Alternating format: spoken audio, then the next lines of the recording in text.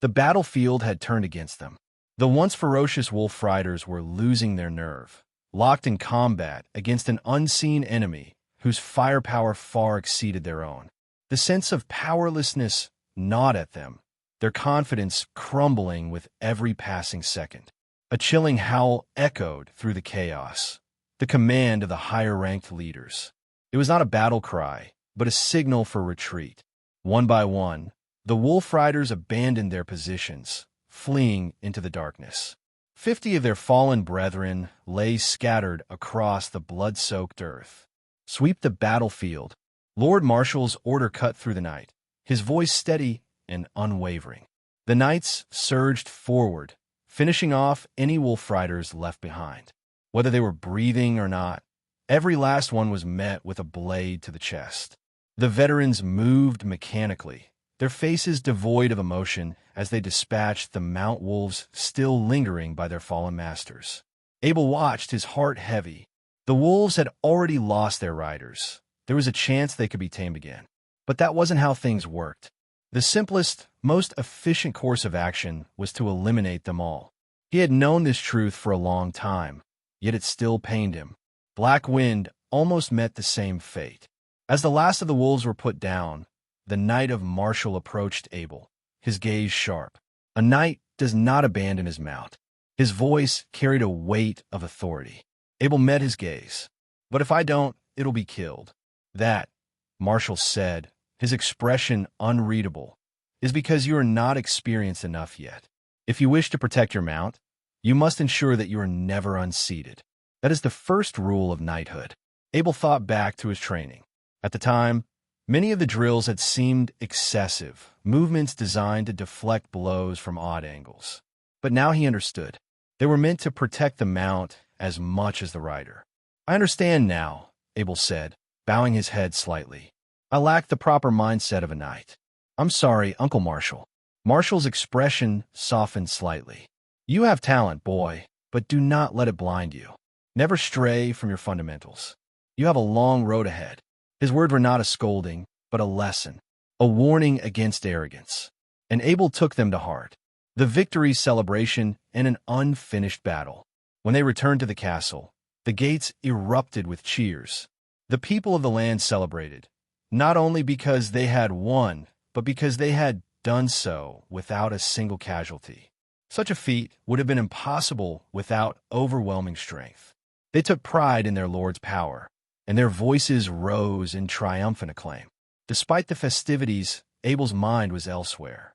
A real man waits 10 years for his revenge. He never liked that saying. To him, vengeance should be settled before the sun rises again. As the cheers rang behind him, Abel turned to the Knight of Marshall with a nod of farewell. Without another word, he donned his armor, slung the hairy bow across his back, and strode towards the forest behind Harry Castle. The call of White Cloud. Deep in the forest, Abel found an open clearing.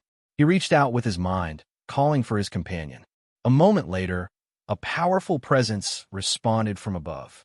With a piercing cry, White Cloud descended from the heavens, its massive body landing gracefully beside Abel.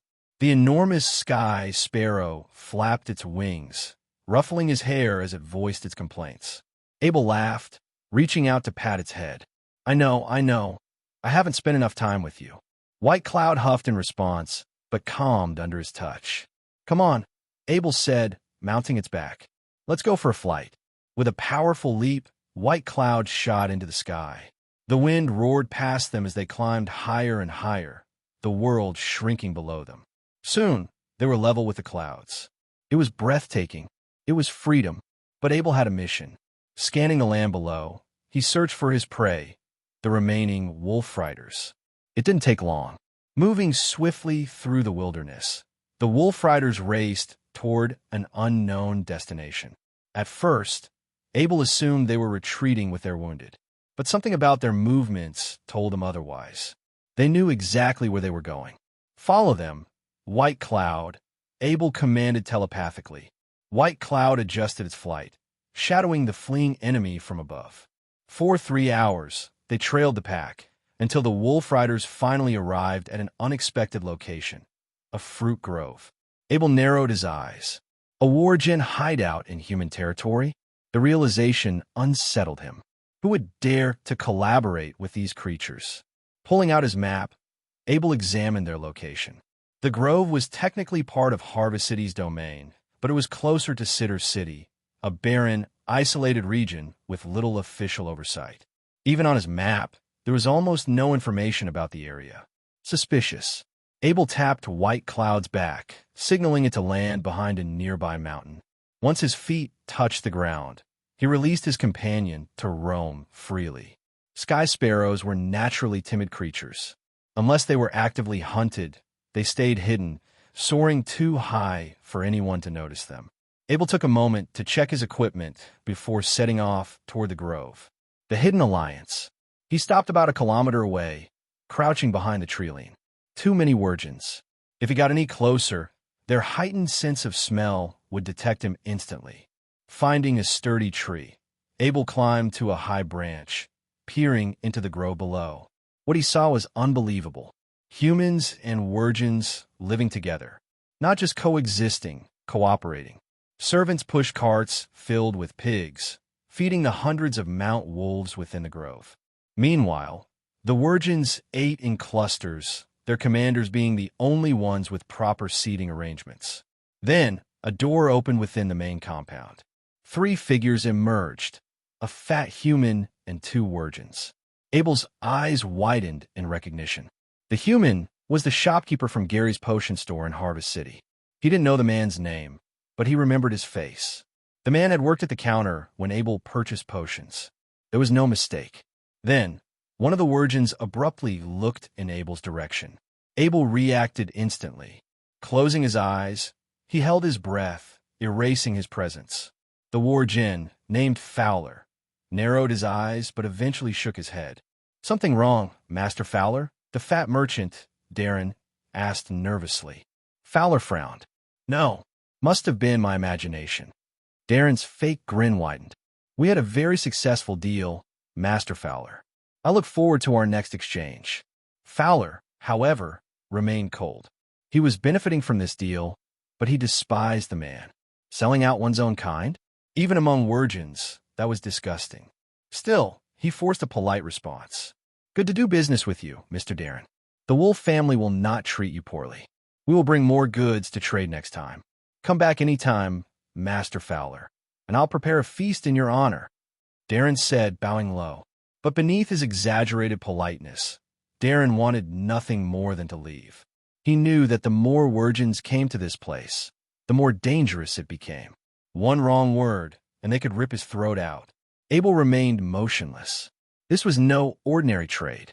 This was treason, and he would make sure they all paid. "It's finally over." Darren exhaled deeply, wiping the sweat from his brow. His nerves had been on edge the entire time, surrounded by over 100 wirgens. Even though he had dealt with them before, the fear never lessened. Wirgens were not creatures to be trusted. His carriage rumbled along the dirt road, noticeably lighter than when he had arrived.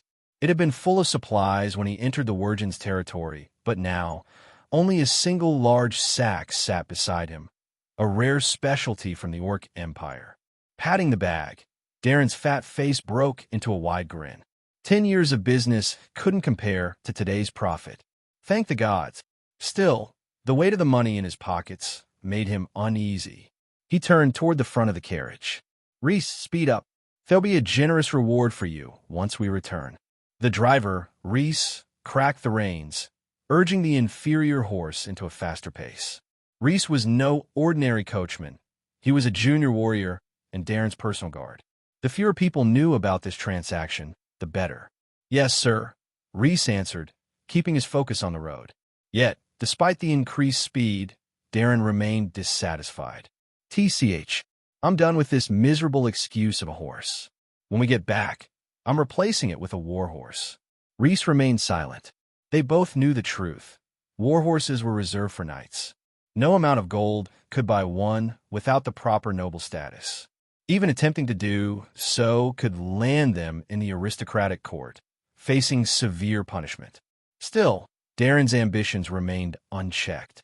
"One day, we'll move to the Duchy of Thunder. I heard that you can buy a noble title there. I'll be a lord, and you'll be my knight." His laughter was cut short as the carriage jerked to a halt. "Rhys, why the hell did you stop?" Darren bellowed, irritated. But as he leaned out of the carriage, his blood ran cold.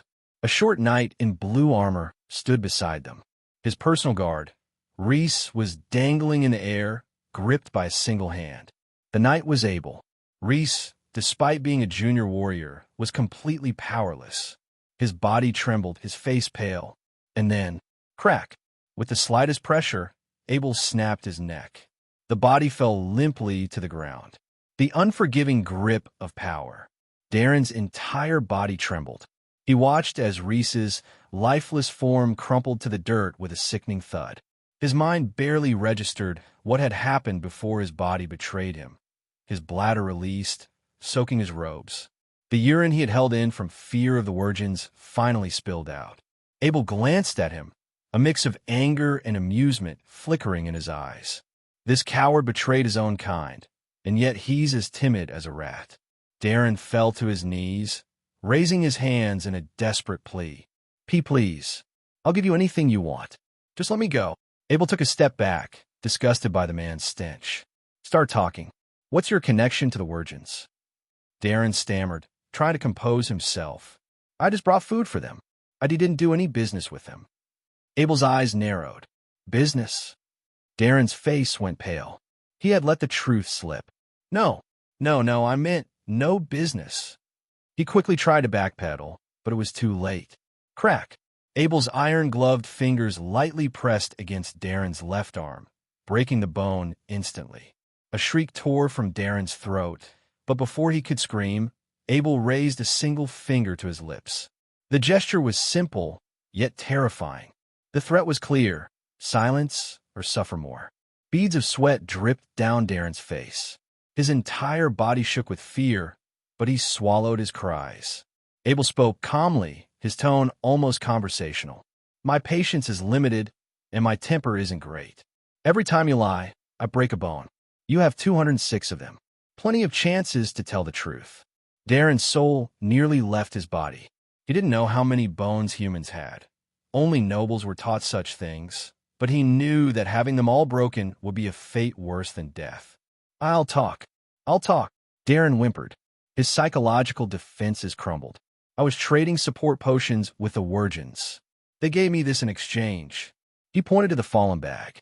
Abel stepped forward, picking it up. Opening it, he found bundles of dried flowers. He frowned. "What is this?" Darren, still shaking, quickly answered, "Dimina grass. Ordinary people get addicted and trapped in hallucinations if they take it. But for potion making, it's a rare and valuable ingredient. Humans barely produce any." Abel's jaw clenched. "So it's a drug. If not for its use in alchemy, it would be nothing more than a poison destroying lives." He exhaled sharply, regaining focus. "Tell me." Abel's voice turned dangerously quiet. "How did you contact the virgins? You expect me to believe you did it alone?" Darren hesitated. His eyes darted around, searching for an excuse. But then, Abel's iron fingers appeared before him again. It was the seventh prince, Prince Middleton George. I was his deputy in Harvest City." Darren blurted the truth in sheer panic. Abel's expression darkened. "So, King Spence George raised a treacherous bastard of a son." Abel muttered, shaking his head. Then, his gaze locked onto Darren again, his lips curling into a mocking smile. "One last question." His tone was deadly. "What do you have to offer for your life?" Darren's eyes lit up with hope. "I have 20,000 gold coins." He blurted out desperately. "It's hidden in the basement of Gary's potion store in Harvest City. I also have a large stockpile of potions. Take it all. Just let me live." Abel arched a brow. "A basement, huh? Where exactly?" "You under my bed." Darren spilled immediately. And then, the realization hit him. He had just given away his final bargaining chip. The color drained from his face. The weight of a life worth nothing. Darren trembled, his voice reduced to a desperate whisper. Please. I gave you everything. Jay, just let me." Abel unsheathed his blade, and in a swift, merciless motion, it was over. Darren's body slumped to the ground, his final plea dying with him. Abel cleaned his sword, his expression unreadable. This traitor had gotten off easy. If the law had dealt with him, his entire family would have been executed. He turned away, stepping over the corpse. There was no time to waste. Prince Middleton George. That name had implications. If royalty was involved in these dealings with virgins, then something far bigger was brewing. Hey, welcome to Firescale Audiobooks. If you enjoy our audiobooks, please consider subscribing to the channel. Also, feel free to share your review in the comments section below. After Darren died, Abel threw 2 bodies onto the carriage, patted the horse, and let the horse leave freely. A bag full of soul-catcher grass hung on the treetop of the tree. This time, Abel wouldn't take a second look at the virgin's hideout. He's caught the attention of the war djinn just by looking at Darren. Fortunately, he responded quickly and changed his sight in time. Such keen senses did not belong to a high-ranked wolf rider. That war djinn was a high-ranking commander. A wolf rider commander was here. Rushing out hastily to inquire would be suicidal. Abel thought that his equipment was not enough to protect himself. This wolf rider was in the same rank as Viscount Dickens, whose aura was frighteningly powerful for anyone to dare close in on him. Such an opponent could not be defeated with just magic weapons. But Abel didn't want just to leave. The wolf riders who attacked Harry Castle were right in front of him. Whilst being put in a dilemma, he suddenly thought of the transformation necklace. Maybe the necklace can transform him into a war djinn. For someone like Abel, once he thought of something, he would start doing it right away. After stripping off his armor, he hid all his equipment under a tree and took out his transformation necklace. He held it in his hand, chanted out the words he said so many times before, and was turned into a war djinn under a familiar green light. Apart from getting my muscles and bones torn up, the necklace is actually pretty nice, Abel said in a half-praising, half-sarcastic manner. As Abel walked to the manor, he started planning for his escape if he were to fail this infiltration. He pressed his hand on his Horadric Cube and looked at the 3 improved, exploding big swords. If his disguise was blown, he would probably throw these 3 exploding big swords to his pursuers and then quickly run away by summoning White Cloud. With a backup strategy in mind, Abel was now much more confident to walk inside the manor. And because of how relaxed he was, the war djinn that was guarding the door didn't seem to bother checking him at all. Seriously? Not even a body check. And these dogs want to invade the humans. Abel thought to himself, if the security measure here were a little stricter, he would have been running away by now. In fact, Abel couldn't blame the guarding war djinn for such negligence of duty. This manor was usually tightly guarded. A signal whistle could be heard here all day long. Anyone approaching had to be examined by the human guard first, and then by the virgins themselves. In just a day, there were more than 100 wolf riders in the manor house, and many wounded people were brought in. A large number of people were serving these wolf riders. With so many in here, no one would dare to spy here. Abel was kind of a particular case. Without checking a second time, the guard just assumed that Abel was also one of those virgins, and when Abel entered the manor, the wolf rider who rested in the yard thought that Abel was a war djinn in the manor. In this way, Abel is able to get inside the manor with just a few nods of his head. The low-ranked wolf riders were eating. Judging from the way they've talked amongst themselves, failing the invasion made them feel humiliated, and they became fearful of the humans who lived in Harry Castle. They actually thought that their opponents were blessed with some sort of divine gifts. This was the simple mentality of ordinary virgins. Any invincible opponent would be deified by them. Such a habit made Abel want to laugh at them, but at the same time, it was also reassuring to hear that they wouldn't harass Harry Castle again.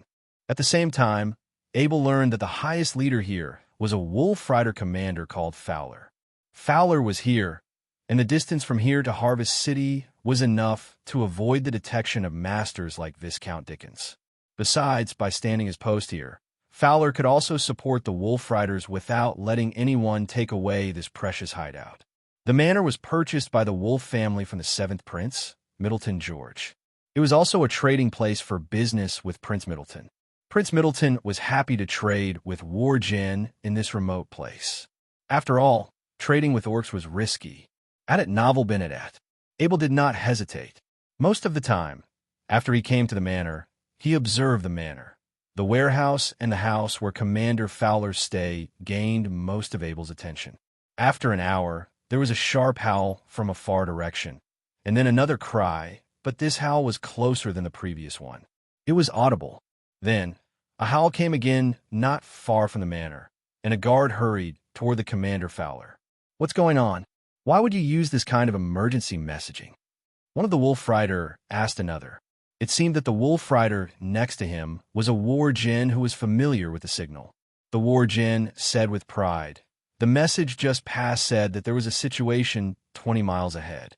Not sure what the situation was. Howls like these can't convey information that is too complicated." 20 miles. Was the carriage discovered by the war djinn scout? The more Abel thought, the more likely it was. While Abel was thinking, a shadow came out of the middle house of the manor. It was Commander Fowler. He howled, and then another faint black shadow rushed and stopped suddenly at the side of Commander Fowler. This rapid deceleration was a violation of the laws of physics. Such powers and keen senses Abel admired. As Commander Fowler turned towards the Mount Wolf, it charged straight towards the gate without a care for the fence in front of it. Its leap was about 4 meters high. Everything was so fast that Abel couldn't see it properly. This was a scarce opportunity. Abel stood up, and while all the Wurgens focused on the Commander Fowler, he turned close to the room left by Commander Fowler and opened the door gently. Abel found that the Wurgen's body was more flexible than the human body. Despite all the movements he just did, no sound was made at all. The reason was that the Wurgens had meat pads on their hands and feet. They could withdraw their claws while sneaking and extend their claws to attack.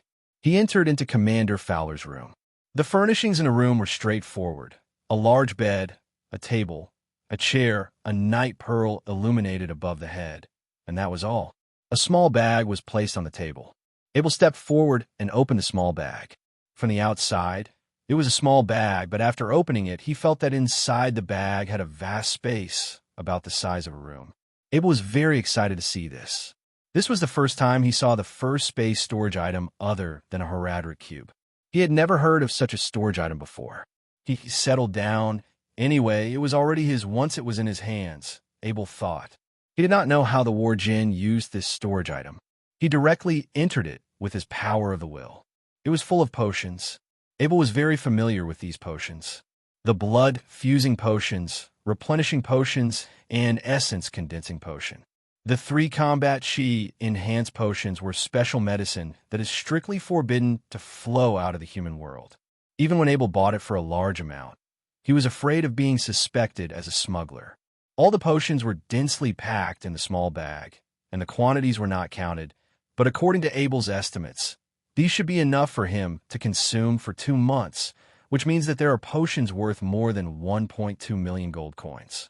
This gift was just about enough to make Abel forgive what these wolf riders did to Harry Castle. Well, at least for the time being. Abel turned around and found an animal skin on the bed. Abel did not saw it when he first came in. When he looked closely, he found that this animal skin had a very slight aura to it. Although this aura was barely noticeable, weirdly enough, it was found on a dead animal's hide, and not from a living beast. Just how powerful was this beast when it was alive? Abel stopped thinking. He stepped forward to roll up the animal skin, put it in a small bag, and check the room. The pillow was also pretty nice. He could feel the coolness as soon as he put his hands on it. He tried putting it behind his head, and as soon as he felt a sense of comfortableness with it, he quickly put it in his bag. Abel put his hand on the table. He wasn't sure why, but he could feel that the wood was reacting to his power of the will. This was the first time he had discovered an item that could boost his mental powers. Although Captain Fowler's room appeared to be empty, everything here was all useful stuff. Even though he couldn't recognize some of the stuff, he couldn't waste the chance of not taking them away. Anyways, there was still a lot of space in the bag, so he threw everything in. After a while, the big bed, the table, and the chair was gone. He could still take away the floor tiles. The tile was made of jade of the same color. Abel just couldn't let them go to waste, so he took out a small dagger and started prying on the floor beneath him. Since he was a war djinn, It didn't take much time for Abel to take away all the tiles from the room. After, the room was barely beyond recognition. Abel took off the night pearl above his head and murmured to himself, "I almost forgot that I have 5 of these in the Abel castle, and with this one, it will be a perfect match." When Abel snuck out of the room, no war djinn noticed him at all. Since Captain Fowler had called for a defense against any unexpected invasion, everyone had all ready for the front door of the secret hideout. Realizing how much stuff he stole, Abel found a corner, jumped very hard, placed his hands on the top of the wall, got himself out of the wall. He looked back at the 4-meter-high fence and shook his head. After stealing so many things from here, he didn't think the Wurgens would stay if he was to come for a second time. Abel retrieved his lance, armor, and other equipment. He took the big bag containing the soul catcher grass from the tree, threw them all into the portal bag, and ran back towards the mountain he had dropped White Cloud at. When Abel rode on White Cloud and Fly to the Cloud, he heard a heartbreaking howl in the direction of the manor. Abel felt kind of sorry when he heard it. Yeah, who wouldn't be sad when a thief had robbed everything from one of their rooms? Had it novel been at? After Captain Fowler heard about Darren, he rode his Mount Wolf to the place where the incident happened, only to find out that the fat man was killed a few hours ago. After checking Darren's carriage, Captain Fowler guessed that he was targeted because of his money. While no sympathy was spared for him, Fowler had to find a new way to contact the 7th Prince again, which meant any ongoing trade would have to be delayed for the time being. As Captain Fowler inspected the scene, an ominous feeling started coming over to him. He was very accurate in this kind of thing. Because of how keen his senses were, he could foresee dangers coming from miles away from him. But just when he thought that an invasion was coming towards him, his room was already invaded by a thief. Oh no! Captain Fowler thought of the bag that was made of Orc's spirit portal. That was the treasure of the clan, and it was the key item for the Wolf family to transport items. Even if there was a giant transporting flying animal like a sky sparrow, there was simply not enough space on its back to carry so many military items. There was no longer time to investigate the dead fat man. Without any second thought, Fowler rode his Mount Wolf back to the secret hideout. But when he entered the manor, everything appeared to be normal. Was something wrong with his sixth sense, after all? It might have something to do with overtraining. Whatever it was, he just couldn't find out what has been bothering him this entire time. Well, that was until he opened the door to his room. Who did this? Captain Fowler shouted as he found out that his room was completely emptied. The most precious Orc's spirit portal bag of the clan, along with other belongings that he trapped in this small manor through various means, were all gone. Whoever did this was not sparing him anything. The floor tiles on the ground were all made of the best meditation jade. Even a small piece of it could effectively stop one's mind from being interfered with negative thoughts, which was something that happens a lot more to people in the upper level of their training. The higher the level, the easier it was to be bothered by various negative thoughts. Meditation jade was always an extremely precious asset for trainers. Not just from humans. For the past 100 years, Fowler has been stealing and robbing it from anywhere he could live in the Orc Empire. He would then gather all the jade he's got and store it inside his room. Beds, tables, and chairs were made of the same kind of wood, which was only produced in Dragon Abyss. According to the legends, this timber was cut from the ambergris trees, which were trees that were watered with the saliva of dragons. When an ambergris tree grows, it will secrete a substance on its skin, which would attract dragons to come feed of it. And when the dragons fed themselves off the trees, more of their salivas would be poured and would help with the plant's growth.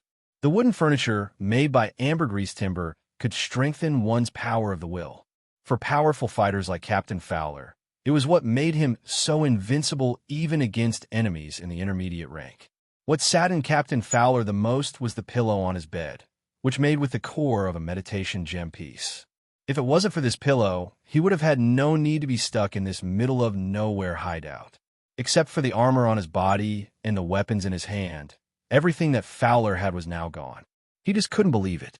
How could a location so heavily guarded be robbed like this? Worse yet, the culprit managed to escape without leaving a single trace. Captain Fowler shouted angrily, "Bring me all the humans inside this manor." I want them all to be interrogated. Before, humans and Wirgins were living in perfect harmony. Now, screams filled the air as the Wirgins did everything they could to make the humans speak. The humans did not even know what happened. They had no way to respond to the Wirgins' questions and were forced to die without a chance to defend themselves. As the last human lost his life, the Wirgins finally started to suspect each other. Was it one of us? Captain Fowler said skeptically. Captain Fowler started questioning each one of his soldiers. After a while, one Wirgin was found to be missing. While one side claimed that the Wirgin was in the fruit grove before, the other side was saying that he had come along with the wolf riders. After a heated debate leading to no end, the only conclusion was that the missing Wirgin was no longer to be found. Who is doing this to me? Captain Fowler thought to himself. For the treasures he stole over the years, he offended way too many people to be counted. While Fowler was going through his long list of rivals, Abel was enjoying his flight on White Cloud. Let's go to Harvest City, Abel said to himself. He had almost forgotten that there was a sum of unclaimed money to be collected. If he had remembered it correctly, it was located in the Gary Pharmacy store inside Harvest City. After locating the Gary's Pharmacy shop, Abel took 2 quick breaths and calmed himself down. In a world as dangerous as this, he must not get too complacent. Cautiousness was what mattered the most. Yes, cautiousness. Take the stuff he's looted today, for example. He had never seen some of these items before, and he was sure that even Marshall wouldn't know about them. There was also that shocking howl made by Fowler. If he really had to fight such a terrifying opponent, could 3 exploding swords really have helped him to escape? The more Abel thought about it, the more he felt that his actions were too risky for his own good. Although he got himself a lot of good items, he didn't quite make an assessment of his enemy's abilities. He got lucky this time, but such blunders could be fatal at times. Speaking of which, he was already near the Harvest City. Since he couldn't risk being discovered from here, he jumped from White Cloud and put on a robe to cover his whole body. To hide his true identity, he paid the entrance fee to get inside whilst pretending to be a worker from a church. It was already evening during this time, and there were a lot of people out there on the street. Many nobles had already started their nightlife at this time. It seemed that the closer the night was, the more lively the city was. Abel didn't walk very fast, but every one of his steps was wider than anyone else. He has paid many visits to Harvest City by this point. Once he took a few turns at the corners, he was able to find his way into Gary's potion store, a large potion store selling various kinds of potions. Gary's potion store was closed. Maybe it wasn't in business today, or maybe it was because the shop's owner Darren wasn't here. "Hi there," a stranger said as he tapped Abel on the shoulder. "Sorry, but you've been going the wrong way, haven't you?" Wait, did he just recognize me? Abel thought as he turned his head around. Strangely, he saw a man wearing the same mask and hood as him. It was a strange man, but he was very passionate about his demeanor. "The Chris auction stand is over here," the man kindly showed Abel. "You've been going the wrong way, haven't you?" Abel stumbled for a bit as he wasn't quite sure what was going on. "Yeah, I wasn't sure where I was going, you see. I knew it. Those newcomers always chicken out, don't they? They're scared of being recognized, scared of letting others know what they've bought. Come on now. This is just another regular auction. They don't sell anything special here. We don't know where the products come from, sure, but that's only from time to time." The man continued on as he closed in on Abel, especially this time. "They're putting up maids for sale, you see. Not just regular maids, though. They have dwarf maids, orc maids. I'm not sure if they have Vulpera maids, but I sure look forward to it." Abel finally understood now. Whoever this man was, he was going to the black market sales held by the Kree's auction stand. Coincidentally, they were both wearing the same costumes. No wonder he thought that Abel was going with him. Might as well have a look, Abel thought to himself. For all the time he spent on his own training, now is the chance to open his eyes to the outside world. "I give you my gratitude, sir." Abel gave a light bow to the mysterious man, and 1,000 thanks for showing me around this place. The mysterious man didn't expect Abel to be this polite. He quickly returned a bow and said apologetically, "Oh, I did not know you were a nobleman. I'm sorry for my imprudence back then." The man wasn't acting so easygoing now. Actually, Abel liked it more this way. He was used to talking to strangers with a polite and distanced tone.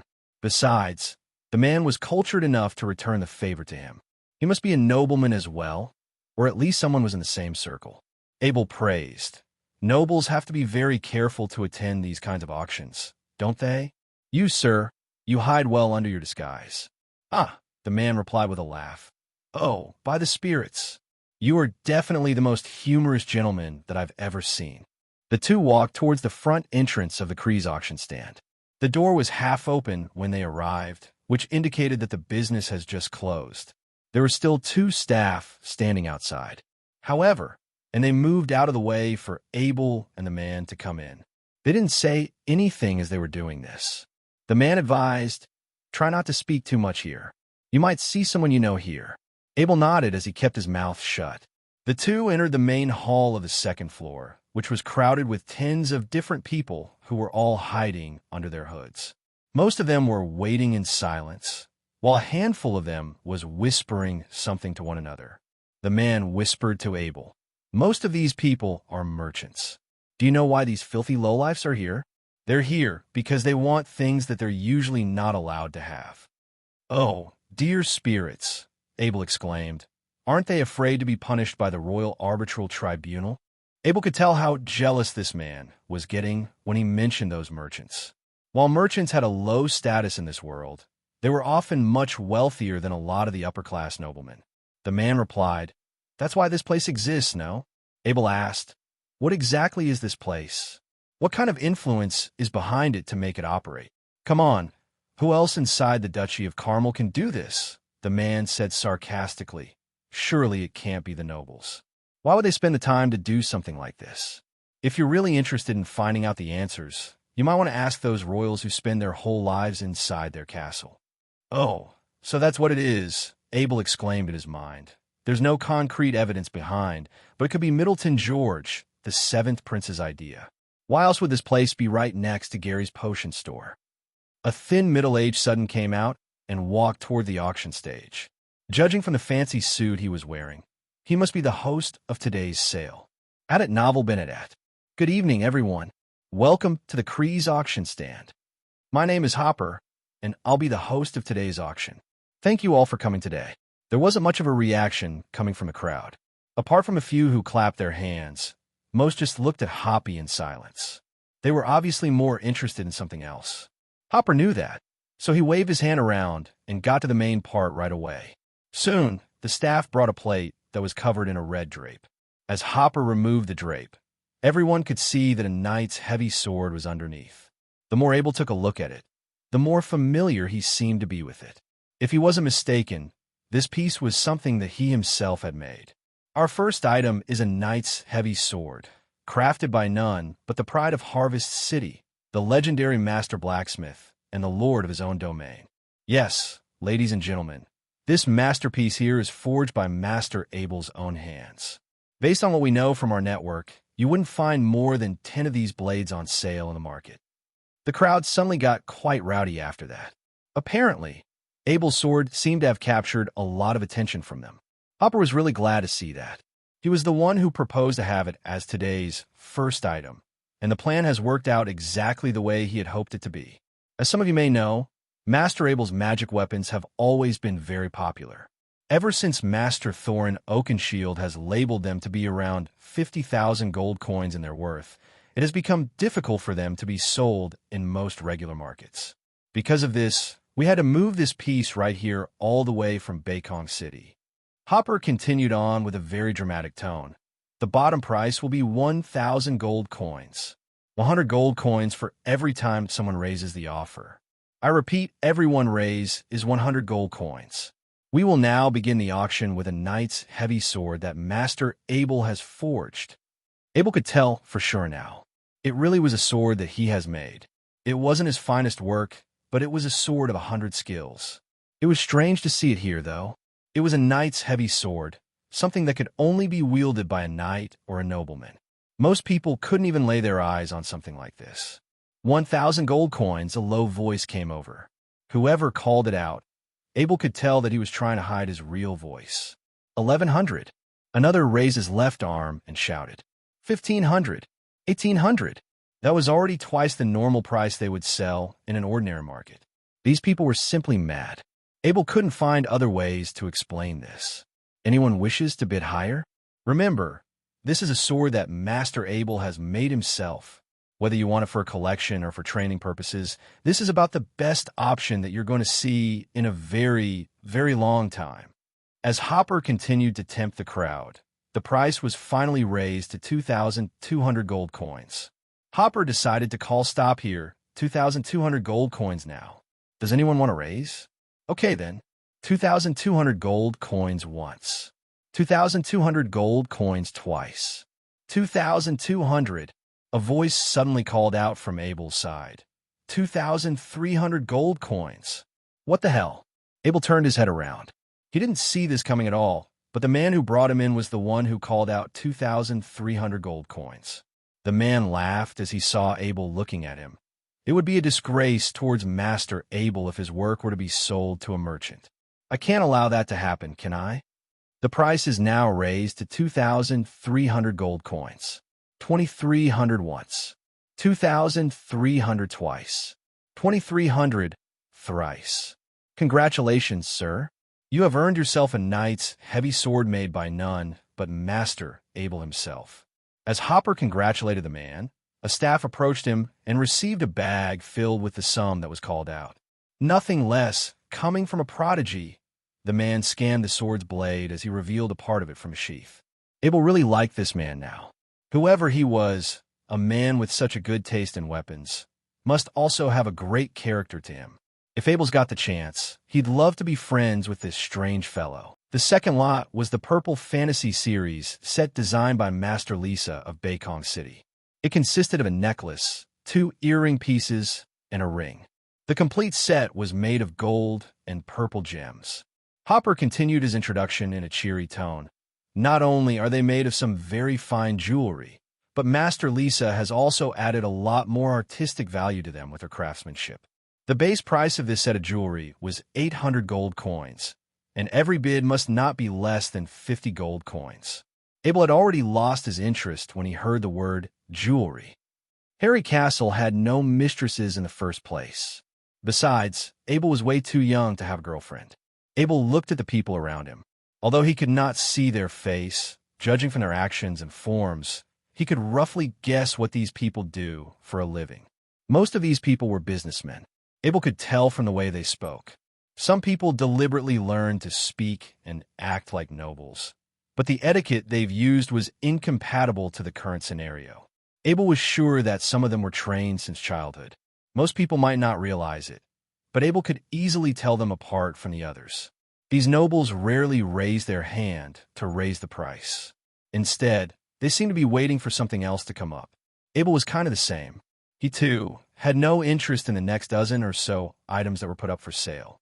Most of these items were items previously used by mistresses of noblemen. Since most people had no access to them, they were directly auctioned here in the black market. Actually, if the ones who sold these items were not nobles, to begin with, they would have been arrested by the Noble Arbitral Tribunal if they decided to wear those in public. Looks like you haven't bought anything at all. Were you also waiting for the last item? The man next to Abel asked. I'm not really interested, Abel replied. Something's been bothering me, though. Just why are there so many people who were out to buy these luxurious items?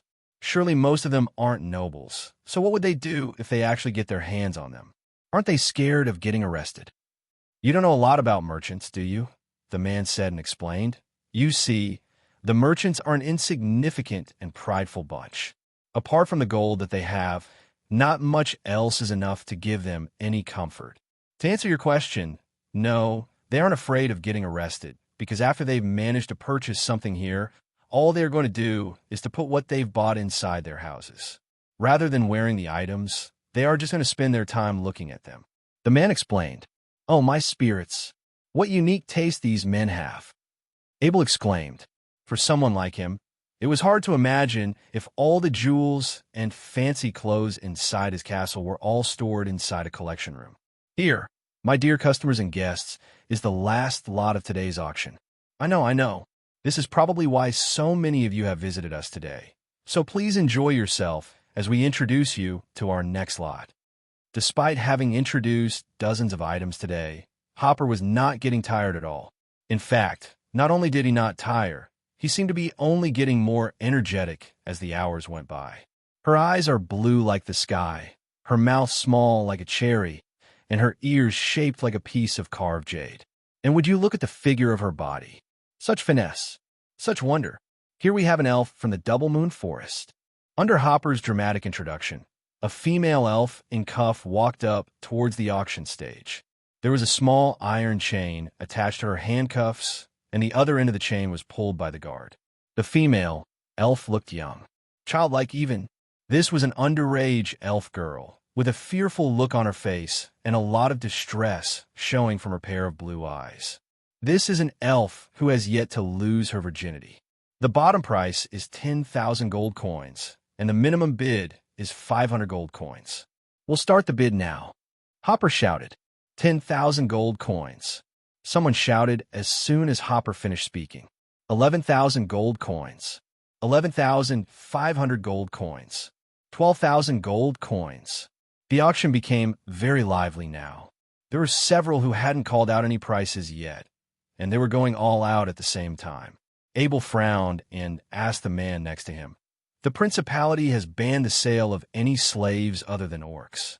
How is that we have an elf on sale here?" "I also don't know either," the man responded, and suddenly screamed as he checked his wallet, "Oh no, I didn't bring enough money today."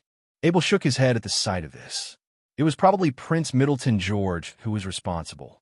For someone who could trade with the Wirgins, selling elves would most certainly not be taboo for him. 15,000 gold coins, one of the customers yelled as he looked around for anyone willing to compete with him, the murderous spirit, chi, starting oozing out of his body. An elite knight. Abel was shocked. He did not expect that an elite knight would appear on such occasions. While this man was not as powerful as Viscount Dickens or Fowler, the chi he released was not something anyone could possess. This man actually used his chi in public, and not to mention that it was targeted at normal people. Some people were already collapsing because of this. As weak as the aura of an elite knight was, it would still take about a month for most people to recover from it. "Why don't you continue the auction?" The elite knight spoke with a rather cocky tone in his voice. He seemed kind of proud to have injured so many people all by himself. "How dare you?" Hopper scoffed without fear, as he knew how well-connected the Kree's auction stand was. Instead of complying with this troublemaker who was trying to order him around, he decided to turn to the guards. "Catch him," Hopper told his men, but boy, he really made a miscalculation here. In a blink of an eye, all 6 intermediate knight guards fell on the ground and started moaning in pain. Like how any fight between a child and a grown-up was, the combat chi of an elite knight could easily crush any intermediate knight in his way. Abel knew that the elite knight was holding back. He wasn't looking to commit murder in Harvest City, obviously. While the black market was not protected by law, as long as no one died here, no one would bother to report on the elite knight. "Looks like I've saved 15 grand for myself," the elite knight laughed, then kicked Hopper off the auction stage with one kick. He didn't even look at Hopper's bodyguards, as they were all too frightened to even stand up on 2 legs. Without anyone in his way, he came straight towards the enslaved elf. "Greetings, my lovely elf lady. I have always wanted an elf as a maid. You will be my exclusive maid from now on. From this point onward, I will be your master till the end of my days." The elite knight feigned politeness as he introduced himself to the elf. The elf girl was too shocked to say anything. While looking around with her big pair of eyes, she desperately searched for any help that could come and rescue her. Abel did not want to get involved, but when he saw the helplessness and despair in those eyes, he was reminded of the time when he first came to this world. He was reminded of being scared and alone every single day, just like this elf girl was. At it novel Benedette. She was now in the human world, surrounded by malicious people who wanted nothing but to exploit her. The elite knight reached out and grabbed the chain on the elf's handcuff. While doing so, a mysterious force interfered and stopped him right where he was at. "Who the hell are you?" The elite knight was very annoyed. If he didn't know that elves were up for sale here, there was no way that he would be coming to this dirty place today. And to have someone interfering him from getting what he wants, that just pissed him off even more. Abel looked at the elite knight in front of him and found it funny because Abel just found out that the elite knight in front of him didn't bring his weapon in order to hide his identity. Finally, an opportunity to fight an elite knight empty-handed. Abel thought to himself. Lord Marshall no longer wanted to fight empty-handed with Abel in Harry Castle. Lord Marshall and every knight in the world seriously lacked the skill of fighting empty-handed. So the reason that Lord Marshall refused to fight empty-handed was that the knights never learned any empty-handed. Abel said as he gently placed the chain on the fairy girl's hands, "Stand aside. I'll try not to drag you into this." The fairy girl could sense Abel's good intentions, but she couldn't understand what he meant. As more relaxed as she seemed to be, she wasn't moving at all. Had it novel been at? Abel sighed as he saw this. He tapped the fairy girl on her back, then led her to the auction stand. While doing so, he kicked the bodyguard down from the auction stage. Such disrespectful move angered the elite knight. He charged towards Abel and began grabbing him by the front chest.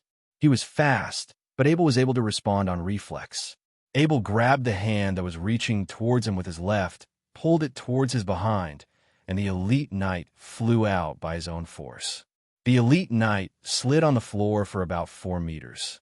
It didn't hurt him, though, as Abel was just returning the force that was directed towards him. As it turned out, the short, young boy was not an ordinary fighter. He was much more experienced than his age showed. The elite knight quickly calmed himself down. Abel was no longer someone to be looked down upon. Rather, he was a real opponent to be recognized. The elite knight carefully took a step forward. As his front foot closed in, his back leg quickly followed. Such footwork was typically used by knights to send their enemies back. Since the auction stage was behind Abel, if he had no choice but to step back, he would have had to take the elite knight's full blow up front. Abel was not that predictable. The experience he's gained from his past life has made him see through a weakness in the elite knight's movements. While the footwork was meant for an armed assault, using it for closed-range combat would leave no chance for defense. Just when the elite knight was about to slash at Abel diagonally, Abel bent his knees and drew his distance forward. He didn't use this chance to go for a counter-move. Instead, he faked a hit and spun his body one more time. Next thing the elite knight knew, his enemy was right behind him. All the guests who were attending the auction were just about to come to their senses. They had been too frightful to do anything, and since the intruder was not looking to harm them, he just wanted to take to a ferry, they decided to stay and enjoy watching the fight. Sadly for them, everything seemed to happen so quickly. Without catching everything that happened, the intruder slid out of the fight. The second round was barely about to start, but the stranger, Abel, was already preparing for an attack behind the elite knight. The move Abel was using was called the bridging German suplex, a killer move that was used in professional wrestling. After he grabbed the elite knight by his back, he straightened his legs and arched his whole body backward. The elite knight wasn't sure what's happening, but he screamed as loudly as he could when he was lifted in the air and clamped right down to the ground. Thud! As the elite knight's head made contact with the ground, his mind was just a tad away from completely fading out. He was a very strong man, however, and was able to stand up again after shaking his head a few times. Instead of continuing with his attack, Abel decided to let the elite knight recover for a bit. Such a sturdy opponent was rather hard to find, and he was really keen on reviving his memories as a martial arts trainer in the gym. "I want you dead," the elite knight roared and pulled away his cape. As fancy as his attire revealed to be, his stature was too muscular to be hidden underneath it. For what it looked like, he was in his middle age. His face seemed kind of misshapen. Perhaps it was the anger that he was showing. Or, actually, it could be that suplex he had just received. Anyways, that didn't stop him from being recognized by the crowd. It's the elite knight of Rodney. My spirits, how could it be him? I can't believe he's that kind of person. The elite knight of Rodney was an elite knight who served under the Lord of Harvest City. He was a direct subordinate of Viscount Dickens, and because he had no title nor land under his name, he had to pledge himself to other big families once his masters could no longer provide for him and his training. Seeing that the others could tell who he was, the elite knight of Rodney didn't care to hide any longer. "I, the elite knight of Rodney," he exclaimed. "I declare a duel with you. Please, reveal your true identity and face me to a fair fight." Abel froze for a bit as he looked at the elite knight of Rodney like some sort of idiot. No one came here to let others know who they were. Just because Rodney showed his identity, it didn't mean that he could drag someone along to make the same kind of mistake. For noblemen and knights alike, request for duels was a common way to resolve any sort of conflict. There were conditions applied to this rule, however. Duels could only be requested to someone of the same rank, or from a higher-ranked noble to someone of a lower rank. After a duel was requested, the person who was challenged would be given time to make preparations. During this time, a third party would be found to oversee the duel in a fair and impartial manner. Without these requirements, the fight would lose its grace, and the winner's victory would hold little to no credibility to it. As justified as that seemed, the elite knight of Rodney was being kind of dirty to have asked Abel to reveal his true identity. Even if he had lost the duel right here, he could easily have his revenge after he knew what Abel looked like. Abel said clearly and loudly, "You have no right to declare a duel with me. What you are doing right now is a direct violation to the decree of knights." All the noblemen who were present understood immediately. Not only was the mysterious man, Abel, a knight, he was also in a higher rank than the elite knight of Rodney. Not only did the elite knight of Rodney have no right to fight him, but he would also be charged with violating the decree of the knights. If Abel showed his true identity right here, Rodney would have had no way to prove his innocence. Worst-case scenario, he might even be investigated by the noble arbitral tribunal. The elite knight of Rodney knew that, of course. While Abel didn't show his face, he had already declared his superiority as a high-ranking knight. The smart thing to do here would be to ask for reconciliation. The situation they were in was not that serious, to begin with, after all. But they were in a black market, and Rodney just couldn't believe that a high-ranked nobleman, who's higher ranked than him, would come here at all. He was already in a very upset back then, and now Abel was accusing him of a crime he might just get out of. "How dare you disgrace me?" Rodney screamed. "Show me your face now, or I'll smack you down right here." After saying that, the elite knight of Rodney covered his entire body with his white combat chi. Everyone watching was already running away by now. Unbelievable. Just unbelievable. How dare the elite knight of Rodney release his combat chi right here? Rodney was taking a gamble with this bold move. He didn't think any good citizen would go tell on him for releasing his combat chi. Besides, as long as Abel was not a nobleman, it wouldn't matter if he melted his limbs off with his combat chi. Is he out his mind? Abel thought to himself. When he just became a beginner knight, the first thing Lord Marshal told him was to not show his combat chi in the city or in front of any nobleman. Without respecting this rule, a knight would no longer be considered civil by his community. From Rodney's perspective, he was really starting to get scared. Instead of running away like the others, Abel was just starting there and observing his next move. Such composure and mentality could only belong to a true upperclassman. Fine, if that's how it is, he thought. It was too late to stop here, anyway, so he quickly reached for Abel's hoodie with his chi-covered hand. Abel's eyes turned cold as he saw the hand coming at him. He still hadn't revealed his combat chi up to this point, and Rodney's chi could have easily killed any ordinary person who didn't have his own chi. Combat chi was an extremely erosive and dangerous substance, and direct contact with it could have killed most people on the spot. So that's what it was. Rodney wasn't looking to see how skilled Abel was at fighting. Even if Abel was the best martial arts fighter in the world, if he didn't have his own chi core to cover himself in combat chi, Rodney could have just neutralized him by touch. Abel viciously stuck out his hand. Without hesitation, he grabbed the elite knight of Rodney by his combat chi-filled hand. Immediately, Abel jumped off the ground. He used one of his legs to lock down the neck of his opponent, and the other locking down the chest.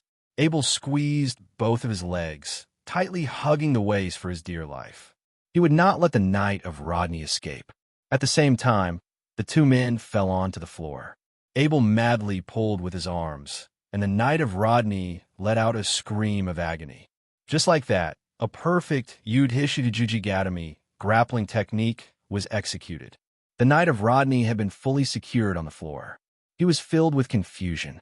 Why was his opponent not afraid of his combat chi? His opponent had grabbed his hand full of combat chi without hesitation. Not only that, but his opponent had also willingly made contact with his body, which was also filled with combat chi. No one from the crowd, even the Knight of Rodney, had noticed that Abel was using his own combat chi as well. It was just that Abel's combat chi was shining in a pale gold color underneath his skin. This kind of combat chi could not increase your strength. It could only avoid other people's combat chi getting into your body. The Knight of Rodney continued to scream as Abel doubled down on his force.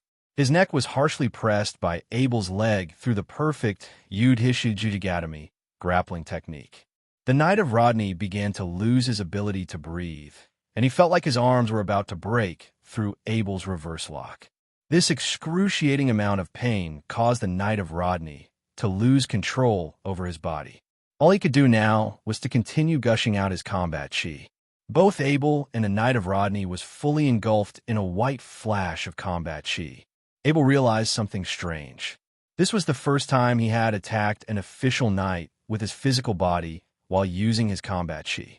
Since he was a beginner knight, he could not inject his combat chi onto his weapons.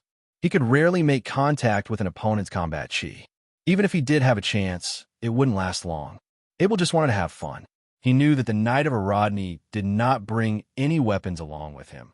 So Abel could finally have a chance to test his skills out on an official knight.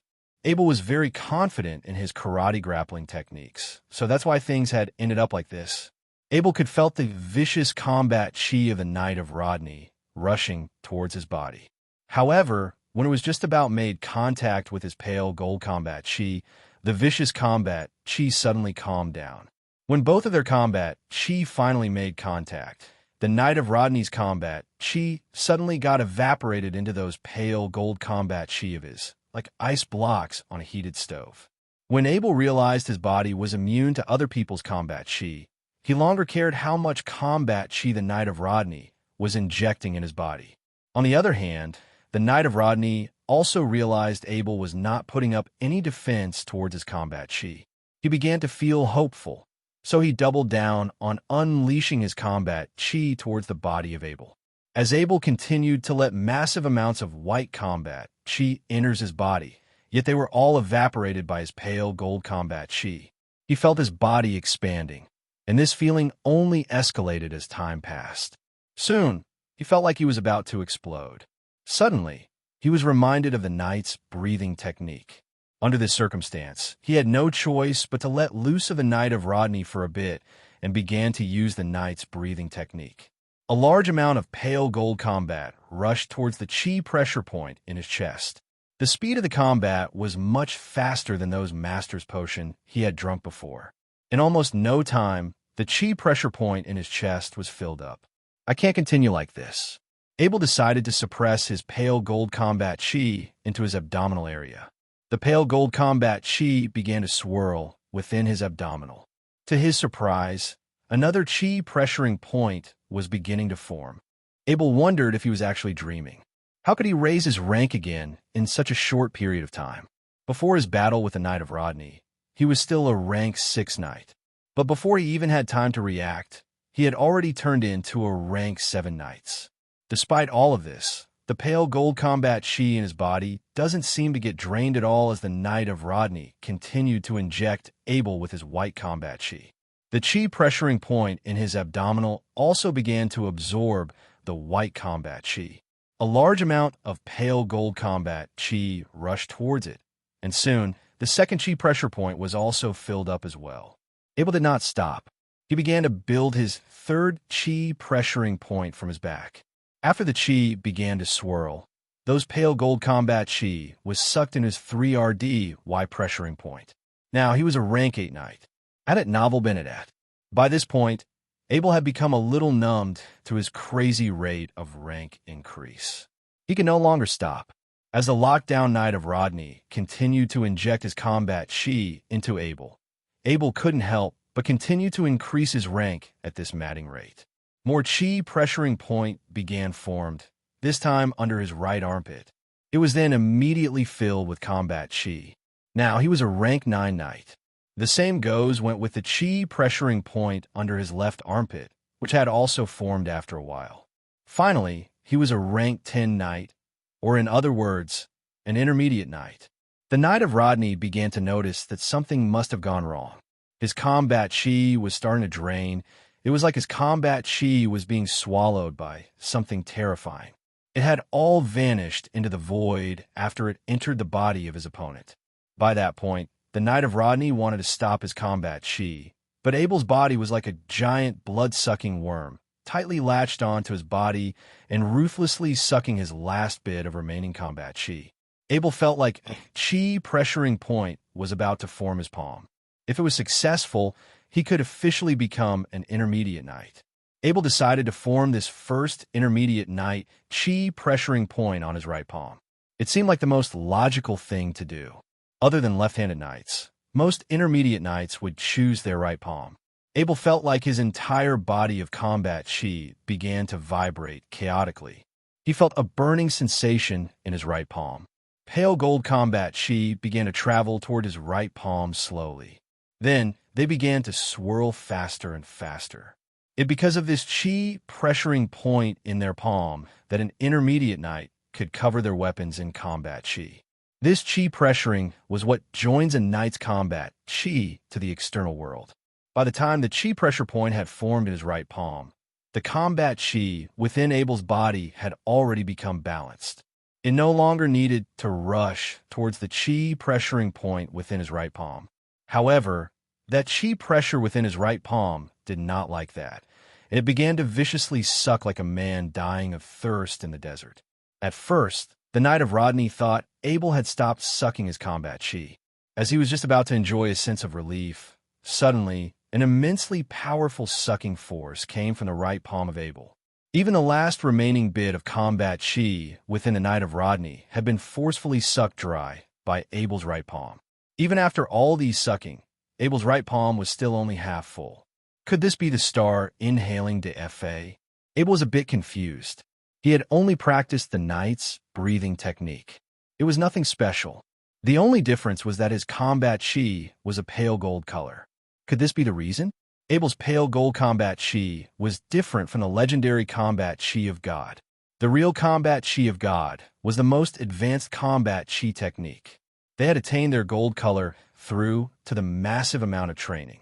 Although those who were able to unleash these advanced combat chi technique did not have a bigger core, their core was a lot denser. That's why their combat chi had turned gold up to a point. However, Abel could only use normal combat chi techniques. His core was built on forcefully sucking overflowing amount of combat chi.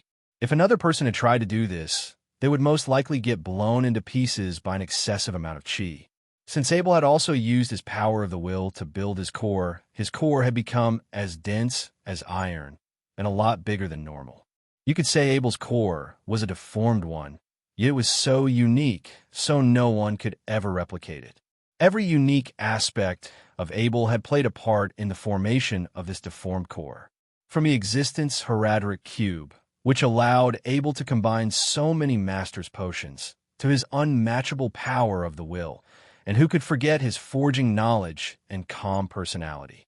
All of these traits were not easy to attain. You are a monster. You are a monster. By this point, the Knight of Rodney was completely devoid of fighting power. Every single bit of combat chi in his body had been completely sucked dry, and even his combat chi seed had disappeared. Now, he was only a combat chi, less rubbish with the title of an elite knight. If he wanted to regain his combat chi, he had to start with his training all over again. With the mixture of anger and fear, the Knight of Rodney had never felt this hopeless in life. He could not do anything other than mutter. His voice was so soft that only Abel could hear what he had said. Abel could also sense that the Knight of Rodney's fighting power had been drained. However, after he heard what the Knight of Rodney had called him, a murderous desire flashed from his eyes. No one could know about Abel's unique combat chi ability. Otherwise, he would become the mutual enemy of all knights. Just think about it. If a knight realized something could not only suck up their combat chi, but use it to increase their own strength, of course, they would want that person dead. Abel viciously squeezed with his legs around the neck of the Knight of Rodney. The Knight of Rodney was already defenseless by that point. With that immensely powerful squeeze, all the Knight of Rodney could hear was a loud cracking sound coming from his neck. Soon his head was hanging motionless on the ground, soft like jelly. I've only killed the Knight of Rodney out of self-defense. All of you in the crowd can testify this, Abel said as he stood up. Since things had already progressed to this point, he no longer wanted to hide his identity. He lightly lifted his face mask. The youthful face of Abel appeared in front of the crowd. From the innocent smile on his face, no one could have guessed this youngster was the killer of an elite knight. Master Abel. It's the Lord of Abel. The guests in the crowd could recognize Abel in one glance, and his fame was too wildly spread in Harvest City. Although it hasn't been long since Abel had become famous, he already became the role model of how each family in Harvest City should educate their child.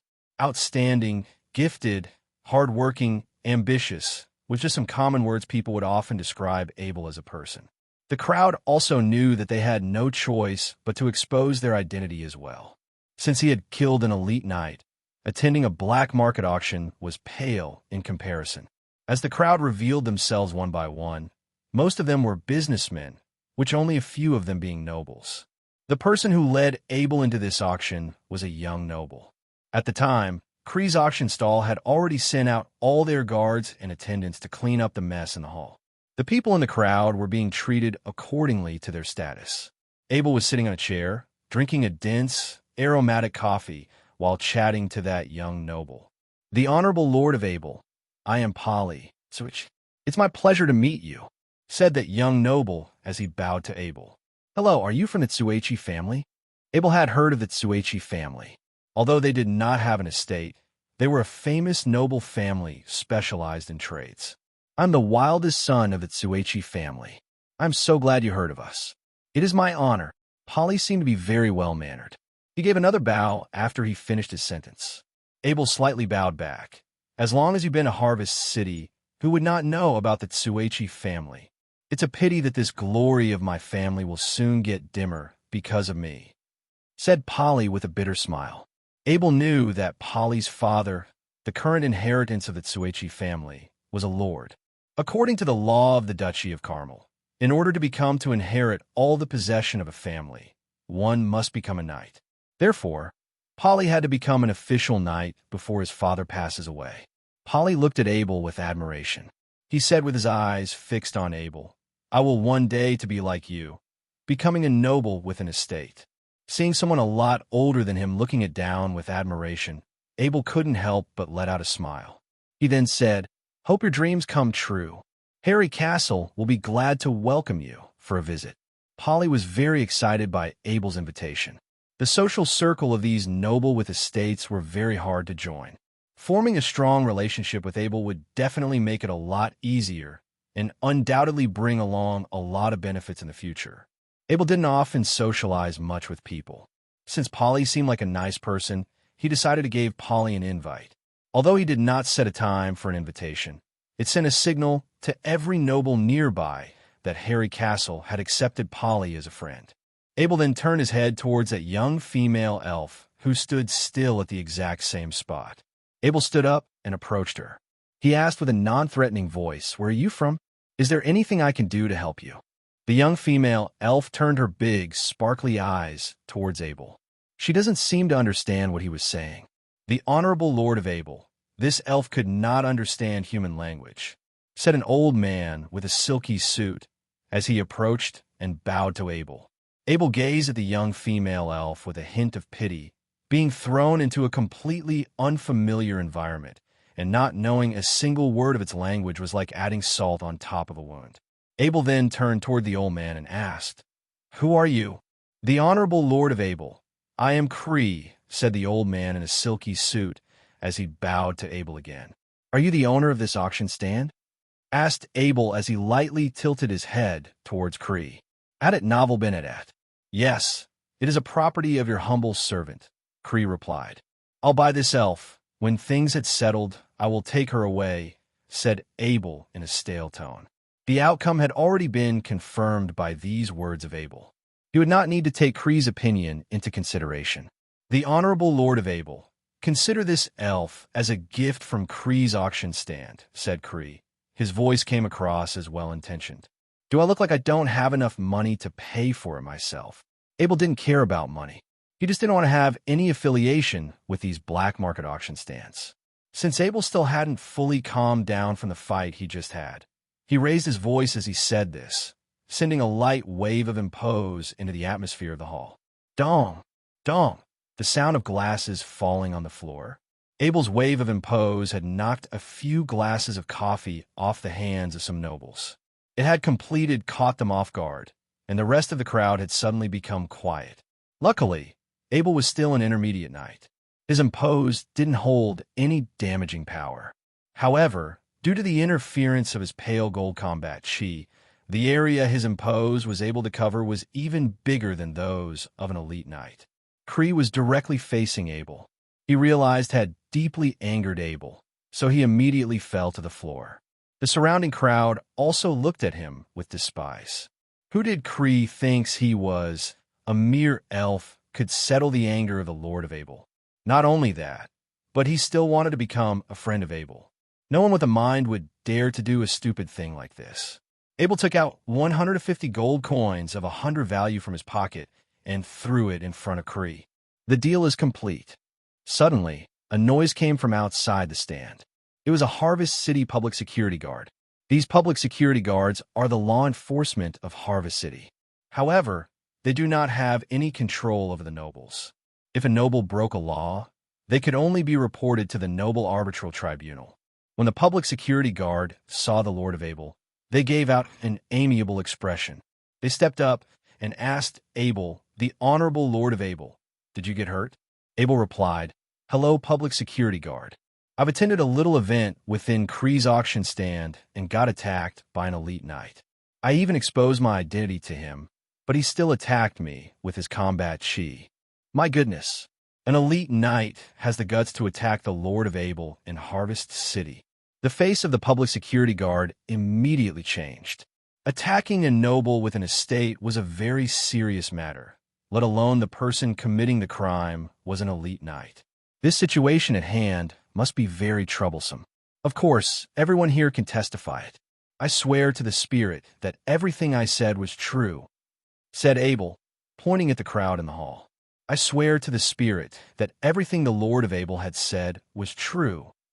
No one in the crowd had the guts to offend the Lord of Abel for a dead elite knight, especially when Abel really was telling the truth. The Honorable Lord of Abel, where's the guy who had attacked you? Asked a public security guard.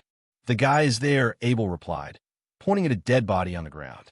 The public security guard stepped up and flipped the dead body around. When he saw the face of the dead body, he can't help but call out in fear. It was the elite knight of Rodney. Of course, the public security guard knew about the Knight of Rodney. In fact, he was very familiar with him. Ever since the Knight of Rodney had become a knight of the city palace, he was responsible for arresting and killing countless intermediate and elite occupation holders. He was definitely one of the most powerful knights in the city. However, the public security guard knew fully well that, since the Knight of Rodney was the one who attacked the Lord of Abel first, getting killed was inevitable. No matter what had happened, no one could ever insult the dignity of a noble. Which superior killed the Knight of Rodney? Said the public security guard with a bow. I killed him myself, said Abel with a monotone voice. How is that possible? In a slip of the tongue, these words leaked out of the mouth of the public security guard. He then immediately followed up and said, I am so sorry, the Honorable Lord of Abel. I was only stunned by your power. Abel replied, No worries. It's not that I am powerful. It's just that. Suddenly he paused his sentence. He then proceeded to say, How can someone without a weapon be a knight? At that moment, Steward Robin, the steward of the Harry family temporary courtyard in Harvest City, had arrived. He was called here by the auction stand in regard to the attack of the Lord of Abel in Kree's auction stand. Normally, when a situation like this had happened, the first people to contact were the public security guards and the family of Abel. "Young Master Abel, Steward Robin is here at your service," said Steward Robin as he bowed to Abel. Only servants from Harry Castle would call Abel a young master. "Robin, what are you doing here?" "Never mind. You can help me bring this elf back," said Abel, pointing at that young female elf. "Yes, young Master Abel." After Steward Robin saw that Abel was not injured, a heavy boulder had lifted off his heart full of worry. Then he took away the elf as Abel had ordered. The reason why Abel had ordered the steward to take away the young female elf was that he didn't want many people to know that an elf was involved in this situation. Buying or selling an elf was not a dignified thing to do. Everyone in the crowd, no matter businessmen or nobles, were sophisticated enough to know fully well that Abel wanted to keep this a secret. Of course, the public security guard would not interfere with things such as a noble buying an elf. If he had reported it to the noble arbitral tribunal, the most they would do was to give Abel a warning. The public security guard would not take this risk to offend the Lord of Abel. The public security guard began to collect the evidence, but that was none of Abel's business. Soon, Abel was out of Kree's auction stand. In turn, he entered the alley of the auction stand. By that point, the alley was already pitch black. There was no one around. Suddenly, Abel jumped up. He grabbed on to the 3 meters high wall, and with an effortless flip, Abel had entered the Calgary Potion store beside Kree's auction stand.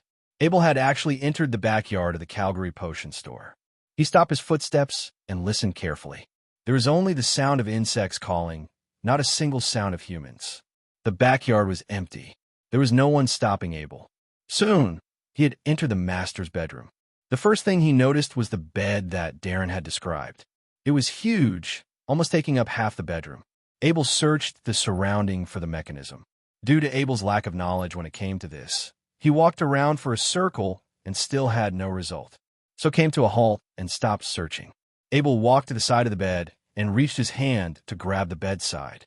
He slowly applied force, and pale gold combat chi began to unleash.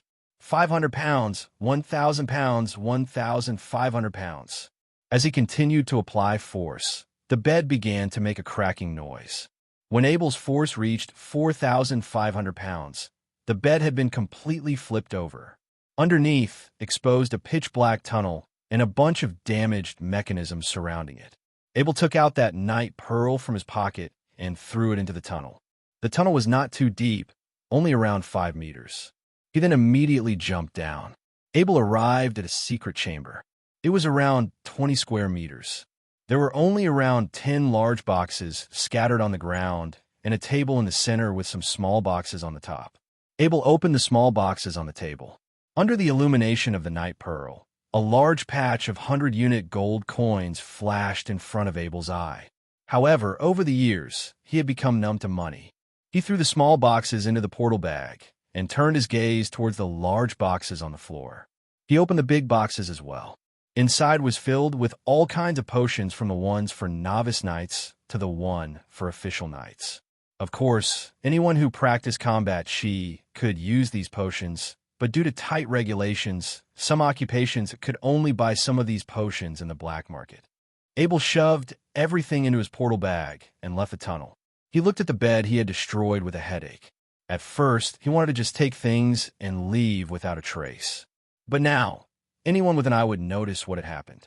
Since things had already progressed to this point, Abel had no choice. He opened up the oil lamp next to the bed and poured the oil all over the bed. He then used flint and lit the bed on fire. After Abel had stepped out of the room, he watched the Calgary Potion light up and flame a few hundred meters behind him. Since the courtyard was made out of wood, the entire thing was engulfed in a sea of fire. Abel continued to stare with a pair of cold, emotionless eyes. The sound of firemen came from a distance, but the time was late. In a thundering sound, Calgary Potion Shop had collapsed onto the ground. The evidence of Abel's good deed had completely vanished into the fire. 5 days had passed. The elite wolf rider of Florling had gone through the sewerage to connect with Prince Middleton George, the 7th Prince of the Royal. The elite wolf rider of Florling had been driven mad by his failure. In a letter he delivered to the 7th Prince, he threatened that if the prince didn't find out who was the thief that stole his treasure, He would inform the public about the deal he had made with the prince. Ping! A luxurious cup had fallen to the oakwood floor. The reporter stood in front of Prince Middleton, was holding a large stack of information, drenched in sweat. What took you so long? We had spent a lot of money on our networks. How come we still can't find anything about who had stolen the Wolf Rider's treasure? Prince Middleton roared. Your Majesty, according to what the elite Wolf Rider of Florling, it was a war djinn who stole the treasure. It's very hard for us to find the trace of a war djinn, and it should be the responsibility of the elite Wolf Rider of Florling. That war djinn might have already returned to the Orc Empire, the reporter said with his head pointing down.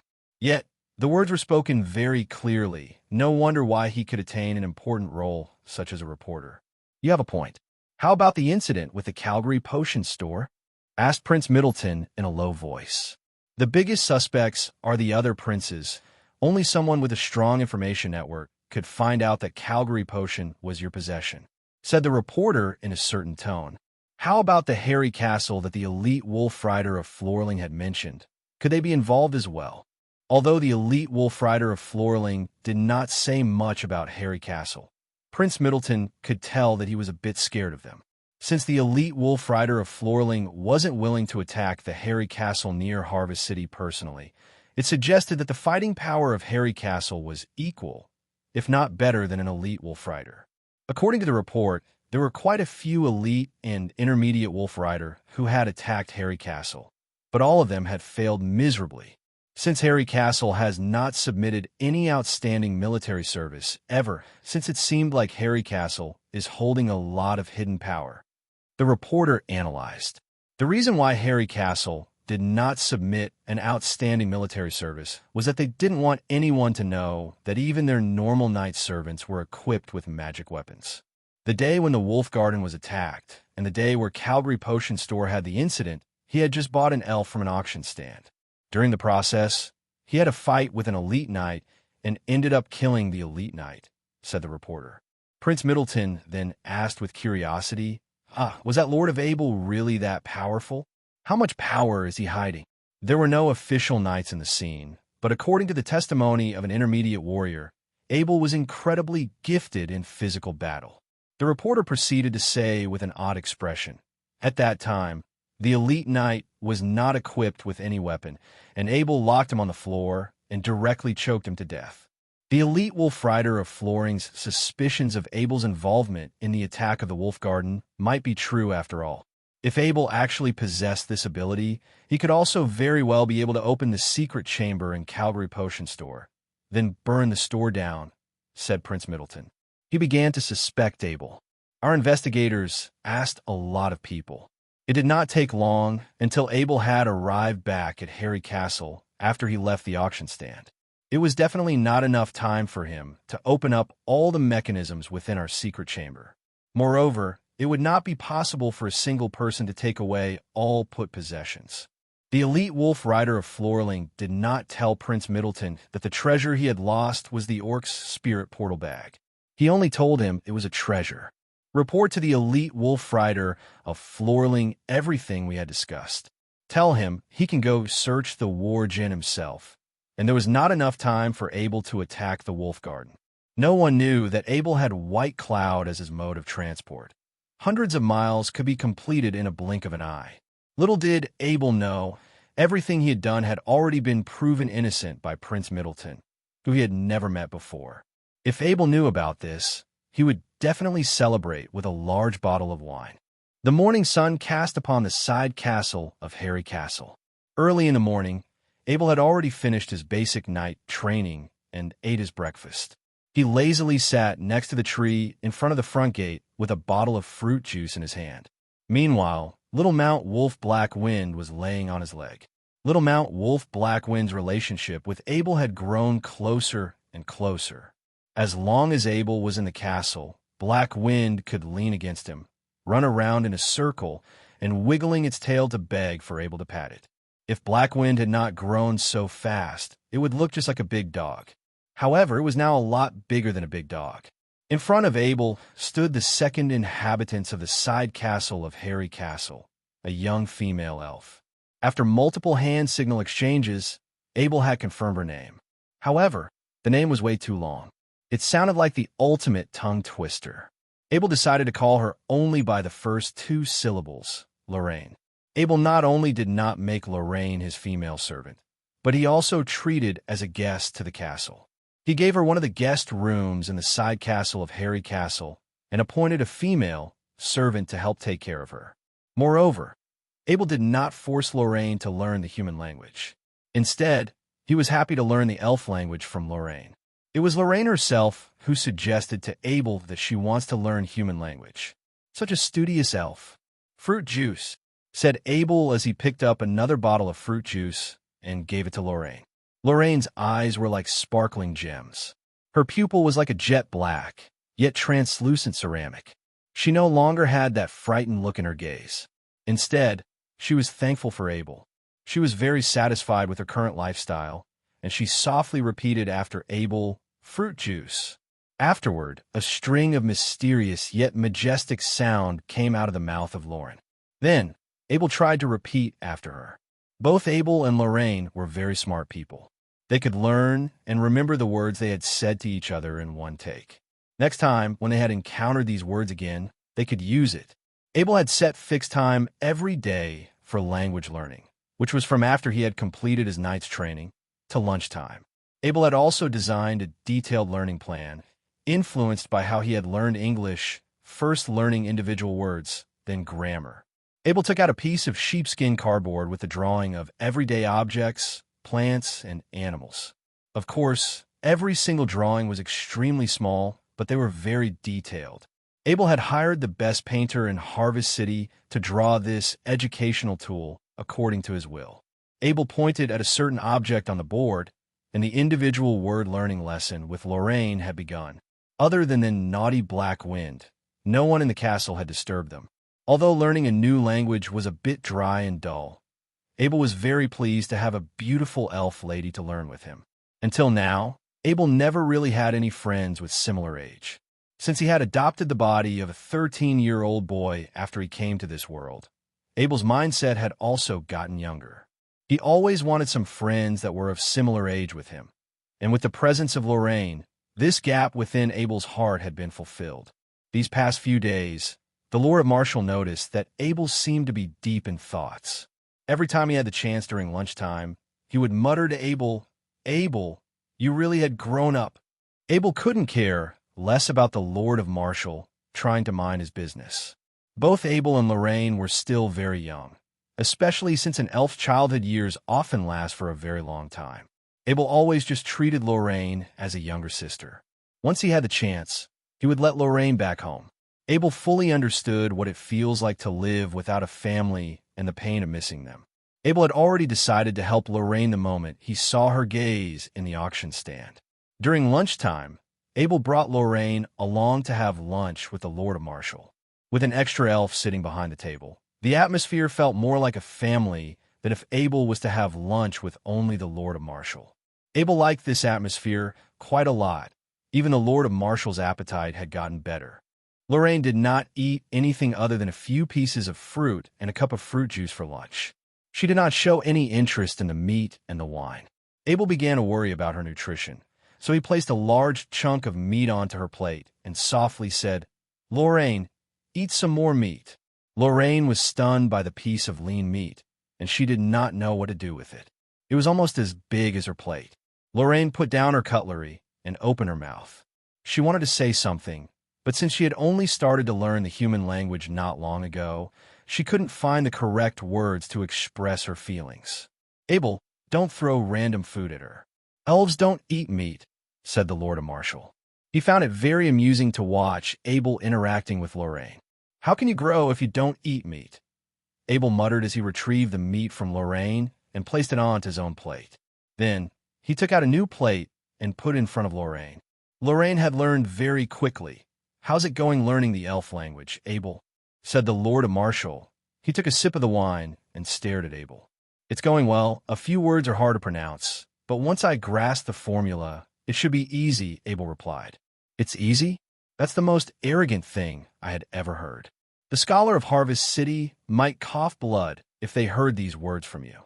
The elf language was the most difficult language in the Holy Continent, said the Lord of Marshall as he pointed at Abel and laughed.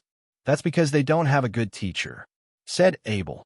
Although Lorraine couldn't understand Abel, she sensed that Abel was complimenting her, so her smile began to grow even wider.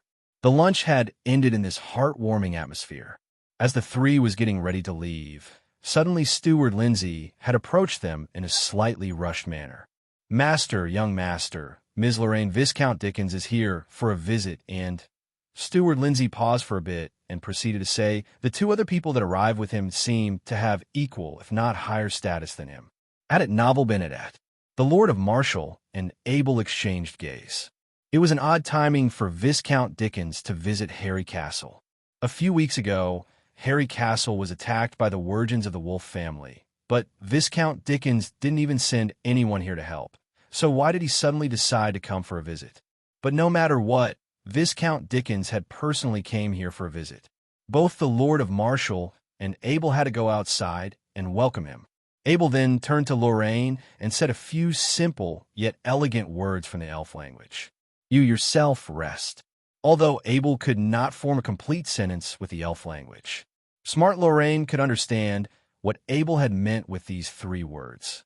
She then replied with human language to Abel, okay, and then she walked off towards the direction of her room. Welcome, the Honorable Viscount Dickens. I am very sorry for the wait. When the Lord of Marshall had arrived at the living room in the castle, Viscount Dickens and the other two guests had already sat down and began to chat with a cup of coffee in their hands. Abel followed closely behind the Lord of Marshall. He bowed towards the three guests and asked them how they were doing. The Lord of Marshall, Master Abel, I hope I didn't disturb you, said Viscount Dickens as he stood up and bowed back. He then introduced the two guests beside him to the Lord of Marshall and Abel. These two men are Head Commander Lowell and Head Commander Hopkins. Suddenly Abel's gaze tensed. These two men were head commanders. In order to know how significant this was, one had to understand that in a big city such as Harvest City, Viscount Dickens was the only head commander in charge. All of a sudden, there were three head commanders appearing in Harry Castle. This information had deeply shocked both the Lord of Marshall and Abel.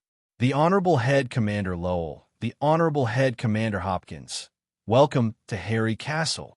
The Lord of Marshall replied immediately and quickly, followed by a bow. Haha, no need to be so polite. I am not Viscount Dickens. I am not used to it, said Head Commander Lowell straightforwardly. What brought you three honorable superiors to Harry Castle? The Lord of Marshall said carefully. Hopkins and I want Dickens to bring us here to pay a visit to Master Abel. Also, we heard that your castle had driven off a bunch of wolf riders, so we just want to come here to take a look. These words by Head Commander Lowell showed his respect for Abel as a blacksmith master. At that point, the Lord of Marshall felt a big rock had lifted off his chest. These two head commander did not come here with bad intent. I also could not believe it. How could Harry Castle withstand so many elite wolf riders, said Head Commander Hopkins. His voice was a bit raspy when he was speaking. It sent a sturdy and serious tone. After Head Commander Hopkins had spoken, he immediately stepped forward. A wave of charging, imposed pressure shot out from his body. It looked like a fountain of water, sending shock waves in mid-air and the surroundings. Almost at the exact same moment when Head Commander Hopkins shot out his imposed pressure, Abel had also stepped forward, blocking the Lord of Marshall with his body. An enormous imposed pressure dashing towards Abel's body, but he did not budge a bit. He used the 5 chi main pressure point of his body and the chi pressure point in his palm to unleash the pale gold combat chi. Although normal people could not see Abel's combat chi, since it was under his skin, the three head commanders had extremely sharp senses. An intermediate knight? The three commanders were immediately shocked as they cried in confusion together. Abel's age wasn't a secret. He was a 13-year-old teenager. However, he had already become a master blacksmith, as well as an intermediate knight. For a genius like Abel, his future would be far beyond the commander's wildest imagination as long as he takes the right step in his future. At that moment, Viscount Dickens began to regret not sending any reinforcements to protect Harry's castle. Whilst Head Commander Hopkins was also regretful for his impose. He might have caused an awkward situation, and it was not his intent to cause harm to the two intermediate knights in front of him with his imposed pressure. All he wanted to do was to test Harry Castle's true strength. Due to Head Commander Hopkins's impose, Abel's power as an intermediate knight was exposed. No one had expected something like this to happen. Just as Head Commander Hopkins was considering a resolution for this behavior, a low woo-woo sound was coming from somewhere. Black Wind, who was already half a man's height, had just been playing with Lorraine. Though it was impossible for a normal person to perceive what was going on from the other side of the castle, a Mount Wolf, however, could detect any situation easily. When Black Wind realized that something was happening to his master, it dashed desperately to protect its master. "Black Wind, come here!" cried Abel, fearing that the three commanders might hurt Black Wind. "Dear me, is this a Mount Wolf or a Mount Wolf with an owner?" exclaimed Viscount Dickens. Due to the appearance of the Black Wind, the tension began to ease. Head Commander Hopkins had also disregarded his dignity and said to Abel, "Master Abel, I'm so sorry. I didn't mean any harm." The head commander's apology was too much for Abel to refuse. Abel then suppressed his anger and said, "Dear Head Commander Hopkins, it's all right. You have not harmed anyone. Don't take these little things into your heart. That's how Head Commander Hopkins does things. He's even more impulsive than me." "Ha!" said Head Commander Lowell, laughing. As the Lord of Marshals stared directly at Abel, his heart seemed to be in a perilous situation. How many days ago since this boy had become an intermediate knight? Abel did not reply. He was too embarrassed. Such a good Mount Wolf. They're considered as the best mounts in the entire Holy Continent. "Master Abel, you are a lucky man." Lord Lowell sighed, looking at the Black Wind, which had quieted down. "To gain any reward, you must pay the price. In order for me to obtain this Black Wind, I fought a wolf rider that was far beyond my strength." Abel remembered that battle clearly in his head. It was the most dangerous fight he had ever had since he came to this world. The atmosphere in the guest lounge seemed to grow more and more harmonious. Any professionals would have had great respect for a blacksmith of Abel's level, because you would never know, one day, you might also need the help of a blacksmith master. Just like today, these two commanders were actually visiting Abel with their own purposes in mind. "I'm not like either of them. Just blurb out whatever that is in mind," said Head Commander Lowell bluntly. "Hopkin and I have come at the request of the Duchy to assist Viscount Dickens in defending Harvest City, as well as searching for the wolf riders who had attacked the prince. We heard that Harry Castle had also been attacked, so if you want, we can give you the dead body of the wolf rider," said Abel directly. At first, he wanted to hide the strength of Harry's castle, but since the head commanders had found out all about it, there was no point in hiding it anymore. "The investigation is only a small matter. Actually, Hopkin, and I wanted to purchase a magic sword from you." Commander Lowell immediately lowered his voice in embarrassment, whilst Head Commander Hopkins saluted Abel, still trying to apologize for the earlier event. "No problem. The forging process of a magic sword is very troublesome, but since the two head commanders are in need, I am able to provide it for you both." Abel was very open to people coming to his door to purchase magic weapons, since the best magic weapons were only for his own family to use anyways. His second-tier magic weapons were able to sell at a high price. "Add it Novel Benedette. Thank you so much." Head Commander Lowell then took out his magic gold card from his pocket and transferred Abel 50,000 gold pieces with a simple stroke on his hand. Whilst Head Commander Hopkins was also very excited to take out his magic gold card. He also transferred Abel 50,000 gold. Looking at the balance of 111,250 gold coins on his magic gold card, it was the first six-figure savings Abel had. He then put away his magic gold card with satisfaction, then turned towards the operations room and picked out 220 skills magic sword, and quickly returned to the guest lounge. The lone figure of Head Commander Lowell and Head Commander Kelvin flashed, and the two magic swords in Abel's hands had disappeared. Abel then looked at the two knights silently and thought to himself, "You don't need to be in that much of a hurry, do you? As a master blacksmith, Abel never had to worry about his own weapons. He had too many weapons, and sometimes he doesn't even know which one to choose. Therefore, how could he understand the feelings of other knights wanting a good piece of magic weapon? Presently, in the human world, only Abel was able to forge a magic sword. Though the two head commanders possessed a noble title, they still had to obtain a magic weapon from the dwarf blacksmith master. Since they were coming to Harvest City, how could they pass out on an opportunity to get a magic weapon from Abel?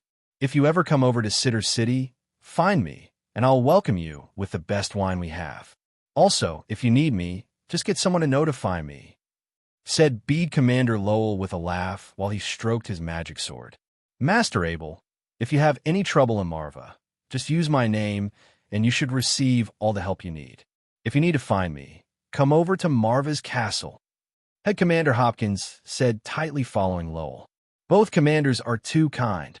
Abel was also very happy after he got the favor from the two. Both Citter and Marva were the closest cities to Harvest City. With the favor of the two head commanders, if in the future Abel had a strong enemy, it would be easy to get a helping hand. If there's anything happening to Master Abel, you guys don't need help. I'm the closest to Harry's castle, so I should be in charge of assisting them, said Viscount Dickens, who was trying to fix the tension between them as he quickly took up the subject. After sending off the three commanders, both Abel and Lord Marshal breathed with a sigh of relief. Even though Abel had become an intermediate knight and had a powerful pale gold combat chi, the pressure of facing these three commanders was still very high, not to mention even the Lord of Marshal felt it too. This trade had resulted in an allied relationship between the two commanders, with Viscount Dickens' relations have also been eased. Maybe it was because of Abel's ranking up speed from novice knight to an intermediate knight required a long time to train. Every bit of combat chi was made through the dedication and hardship of a knight. Although it could be increased by potions, they often have side effects, which could make ranking up harder in the future. No one could have guessed that the pale gold combat chi of Abel could absorb the combat chi of another knight. Through his ranking up from a beginner knight to an intermediate knight, Abel's pale gold combat chi had sucked up all the combat chi of an elite knight.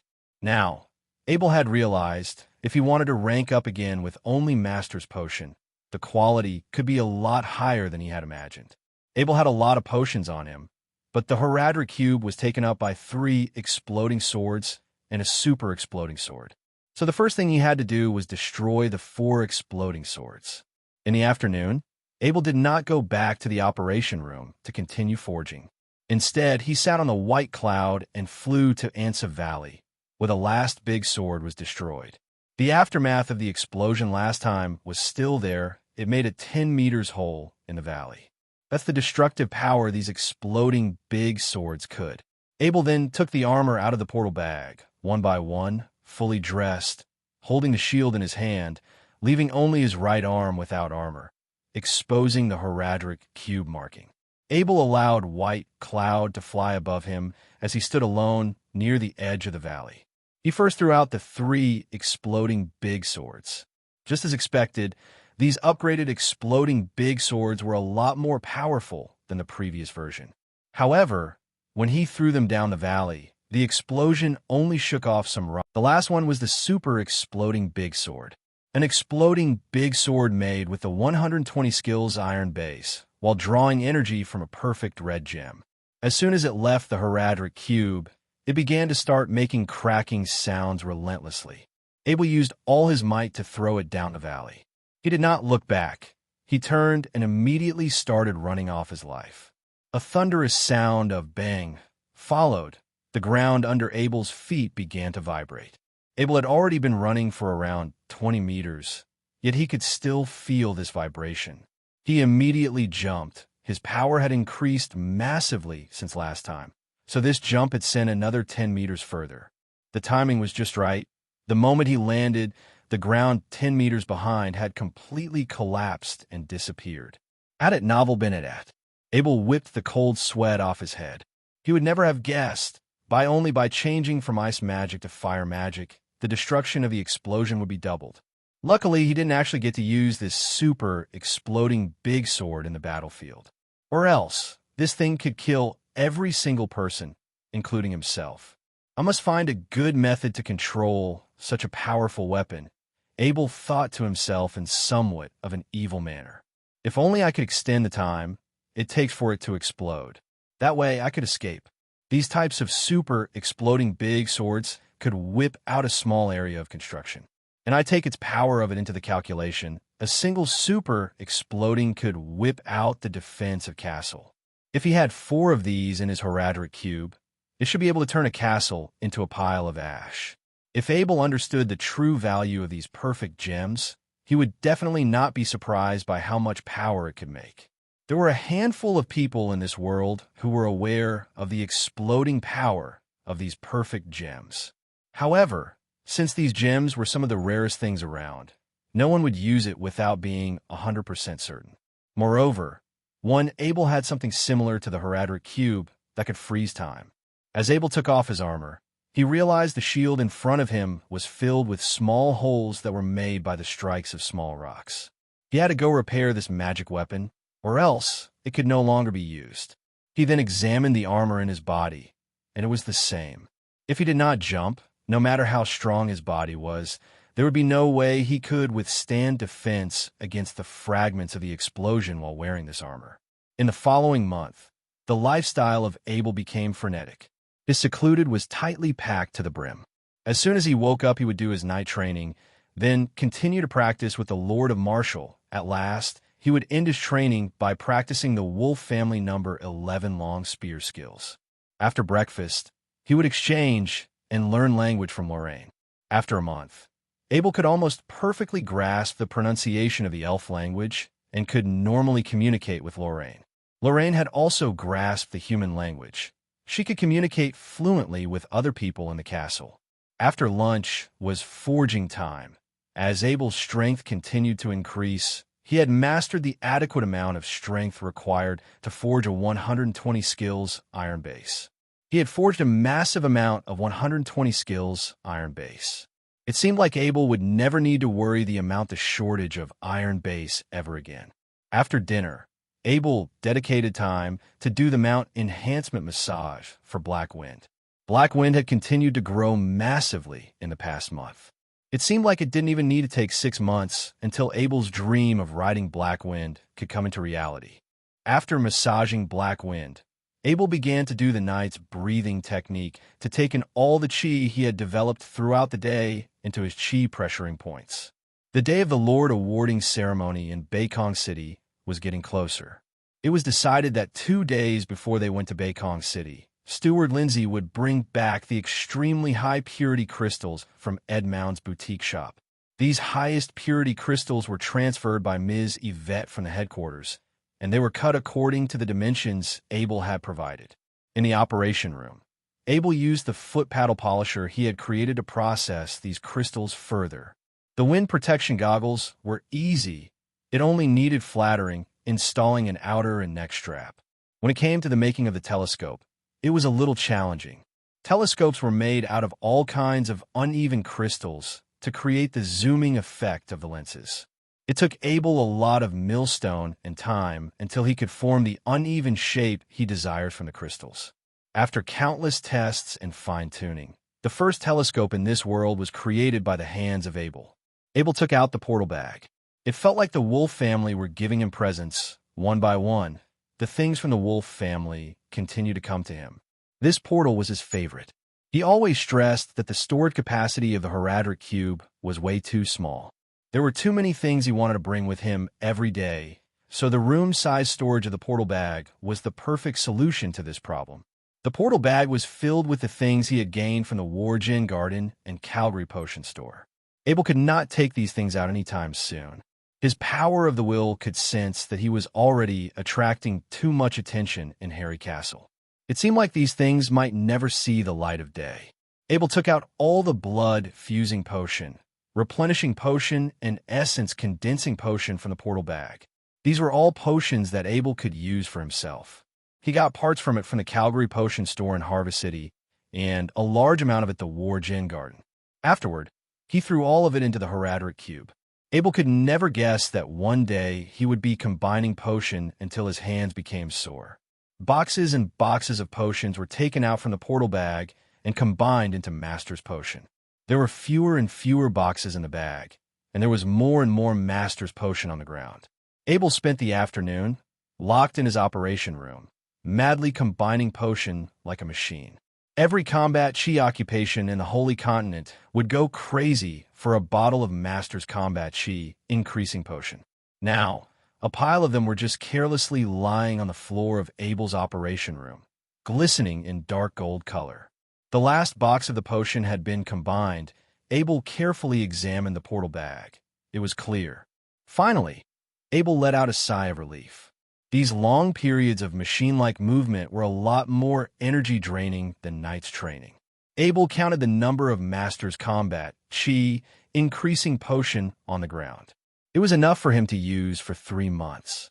No matter if they were from Calgary Potion Store or the one Calgary exchanged with the War Gen. They were all made according to the demand. That's why not much was left over. Abel's favorite out of all of these Master's Combat Chi increasing potions was the Master's Essence Condensing Potion. This type of potion could help compact the Combat Chi and make it denser.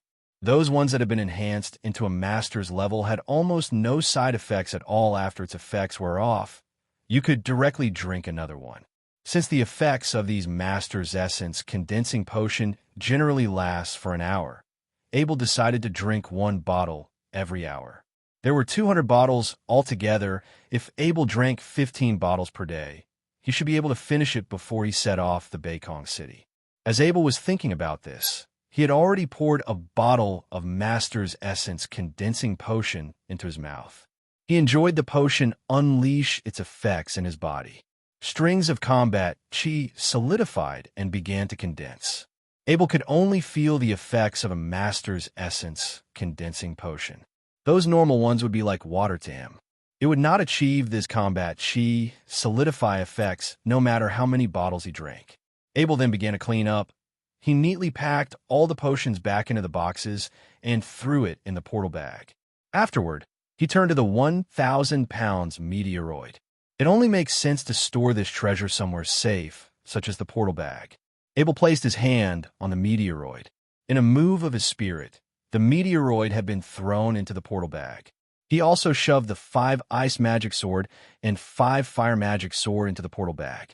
During his trip to Beikong City, he would most likely meet someone with an extremely high status who wants to buy his weapons. Abel could not refuse if a situation like that happened, so it was better not to risk it. "Master, within 10 miles, we will arrive at Mawa City," said Steward Ken said to Abel from the carriage. Already, Abel stuck out his head. The carriage that Abel was riding was specifically designed for this trip. It was exactly the same as the one as Lord of Marshall's at the front. Originally, Abel was planning to travel in the same carriage with the Lord of Marshall during this trip to Beikong City. However, when Lorraine heard that Abel would need to go on a long trip, her big, sparkly eyes began to water up and stared at Abel, begging him to bring her along. After an entire morning of staring, Abel surrendered. Now, the carriage had to acquire one more passenger. Not only Lorraine, but Black Wind also noticed that Abel was backing up for a long trip. So that clever Mount Wolf had been making woo-woo sounds nonstop. So, the soft-hearted Abel decided to bring it along as well. It might not be an entirely bad idea, since he could continue to help Black Wind do the Mount Enhancing spell during this trip. Just like that, the carriage was jammed with another passenger. According to Steward Lindsay, a single metal lord, such as Abel, must bring his own steward to the Lord Awarding ceremony to take care of the documents. Therefore, with more and more passengers going on this journey, Abel had decided to make another carriage. Seeing the gigantic city emerge from a distance, Abel couldn't wait to go inside and have a rest. Not because he was tired, but Lorraine had not washed her face in days. Even Black Wind would relentlessly rub himself against the sides of the carriage. They brought along 3 carriages during this trip. The one at the front was the Lord of Marshall's Super Bowl carriage. Abel also had the same carriage, which was following closely behind. Both of these carriages were each pulled by 2 Inferno Bulls. The carriage at the end was just a normal carriage holding the armor of Abel and the Lord of Marshall, and everyone's luggage. There were 20 knight servants guarding these 3 carriages. Abel had treated them very well. They were all given some beginner combat chi enhancing potion.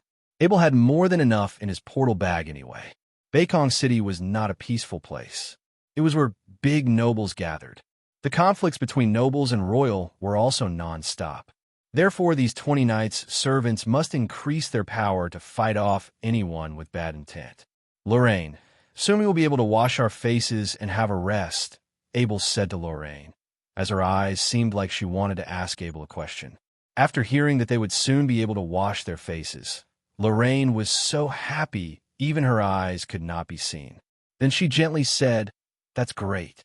Even Black Wind is dirty." Black Wind was lethargically laying on the center of the carriage. However, after it heard someone say its name, it suddenly jumped up with excitement, wiggling its tail towards the direction of Lorraine.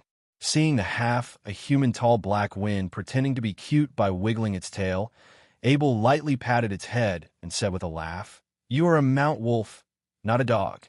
Ignoring the rub of Black Wind, Abel turned towards Steward Ken and repeated, "Ken, come seat inside." "It's outside was way too hot." Steward Ken replied, "Master, don't worry about me. I belong in this spot." Ken was a stubborn steward. Every time they went on a trip, Steward Ken would always care about how Harry Castle come across to others.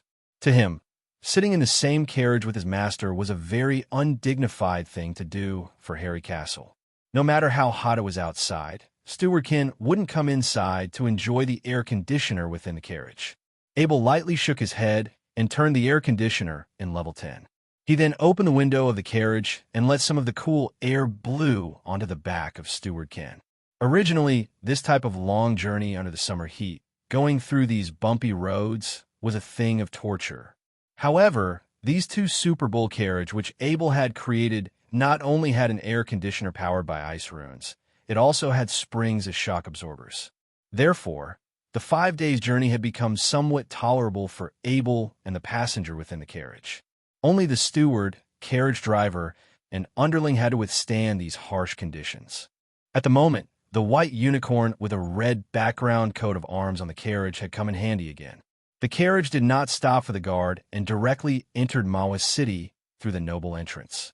Abel, thankfully, looked at the ordinary citizens waiting in line under the blazing summer heat on his left, suffering this torture just to get into Mawa City.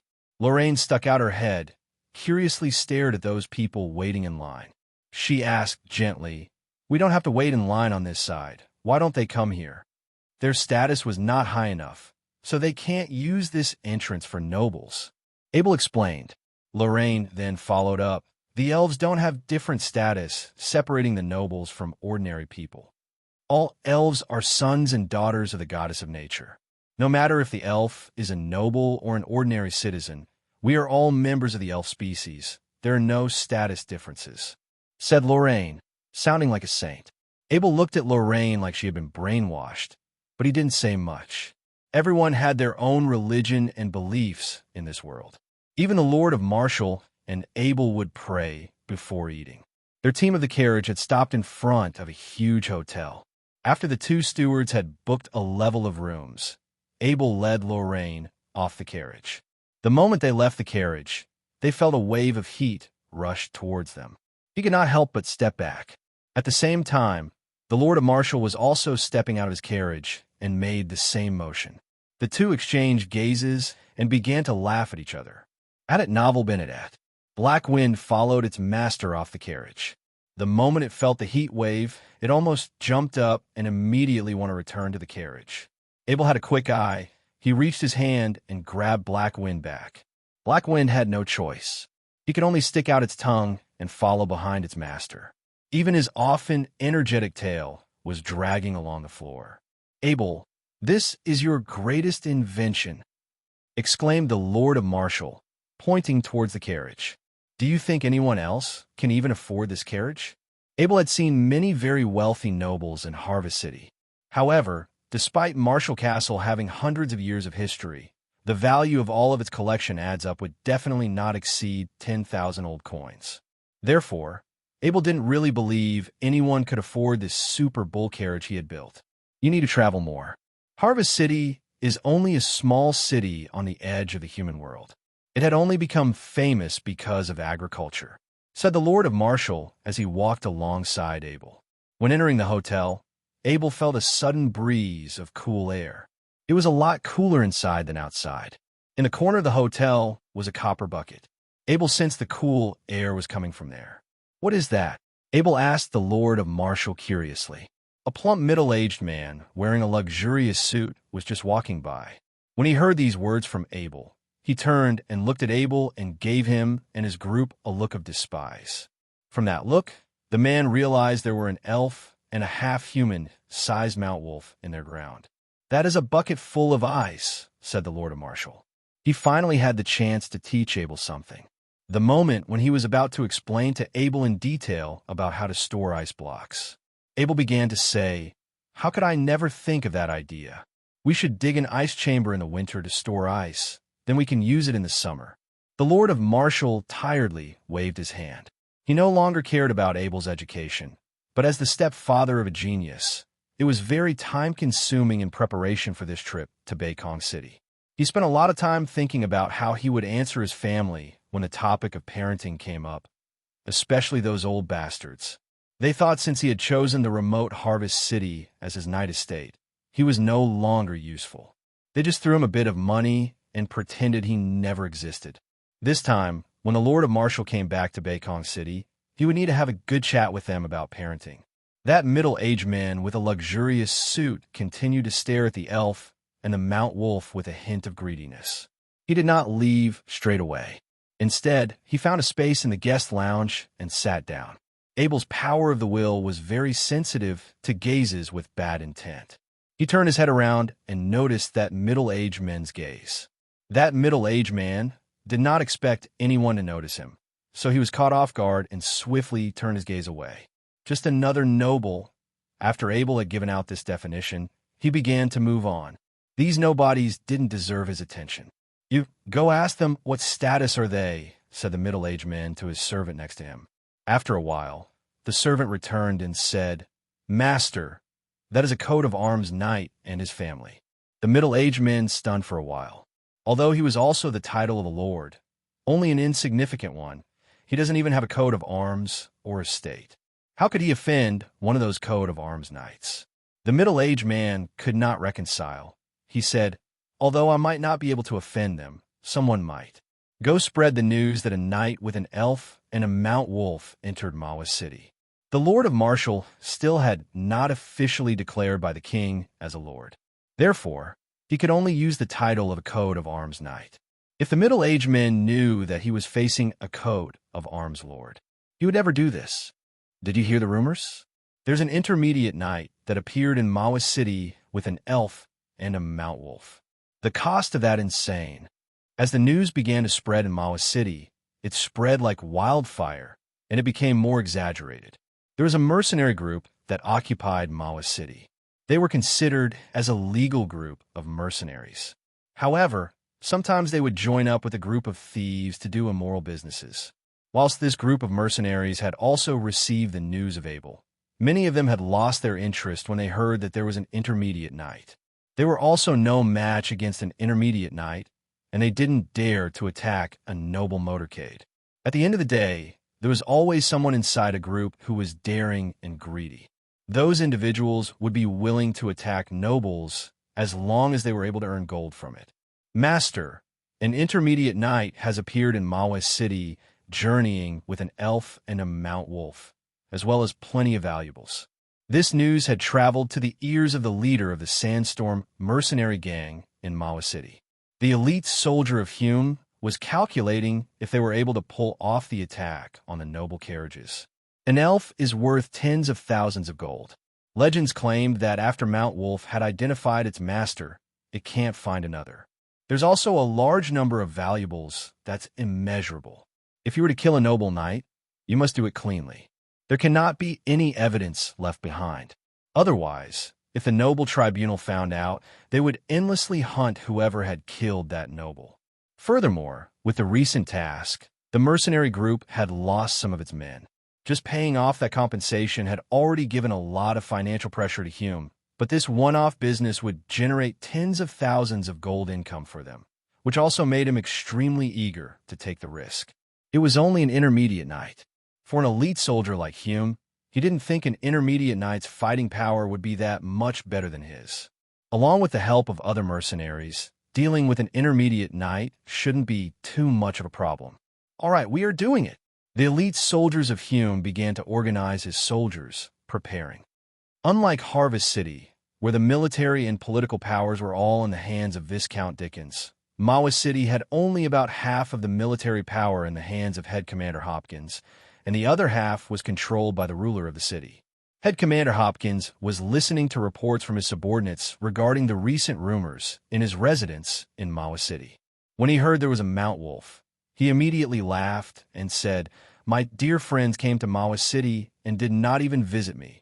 Such a shame." Head Commander Hopkins then turned towards his steward. He said, "Steward, let's send someone to investigate who had spread these rumors and find who dared harm against my precious guests." During their conversation, the room flashed with a sense of chilliness in the air.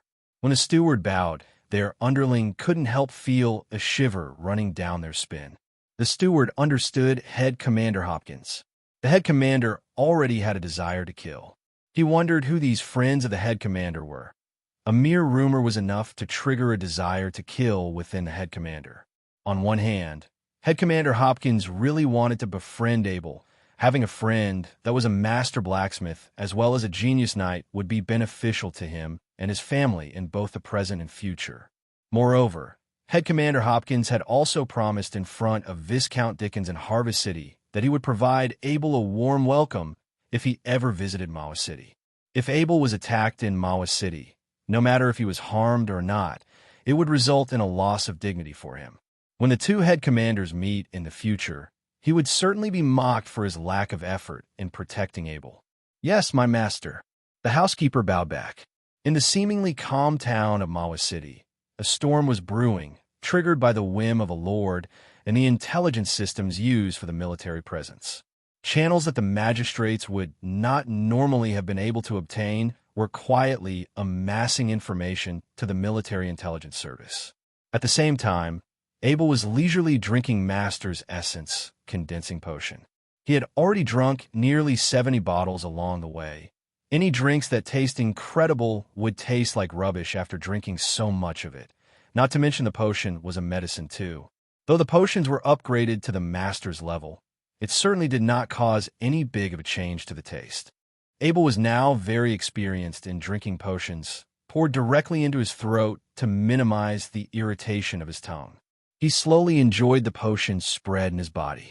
After 5 days of non-stop Master's Essence condensing potion drinking, the pale gold combat chi within Abel had gotten thicker and more compressed. Every time the pale gold combat chi had rushed through Abel's body, his body composition would get stronger.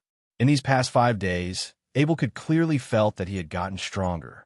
Although he could not precisely measure how much strength he had gained, Abel was sure he had gained at least 10% more. Lorraine, who was sitting beside Abel, was a little curious about what he was drinking all the way, but since Abel didn't explain it to her, the intelligent elf wasn't going to ask him what it was. She quietly looked out the window to the streets outside.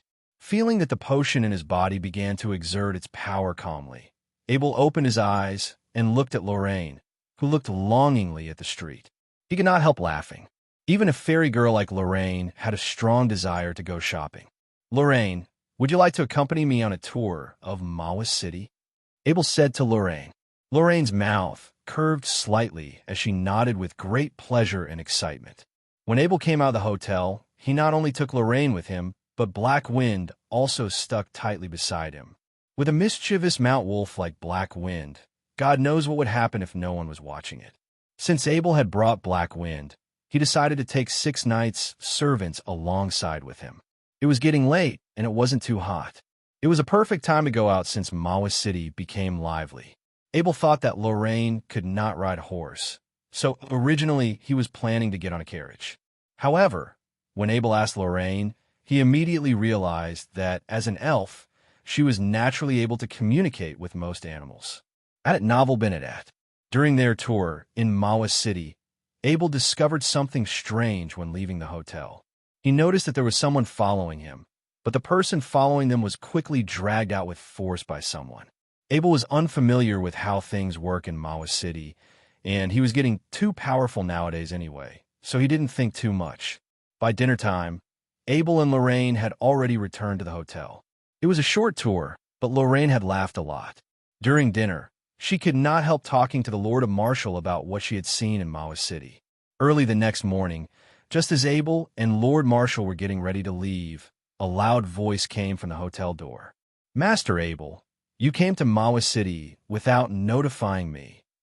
There was a reproach in the voice, but everyone knew it sounded like a conversation between friends.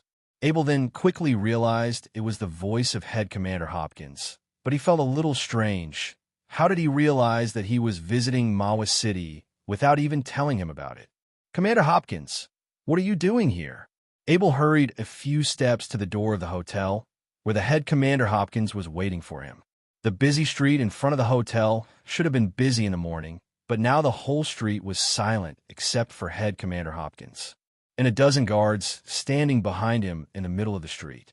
"Master Abel, I come to say goodbye to you," laughed Commander Kelvin, as he directly pointed to something that covered in cloth on the ground behind him.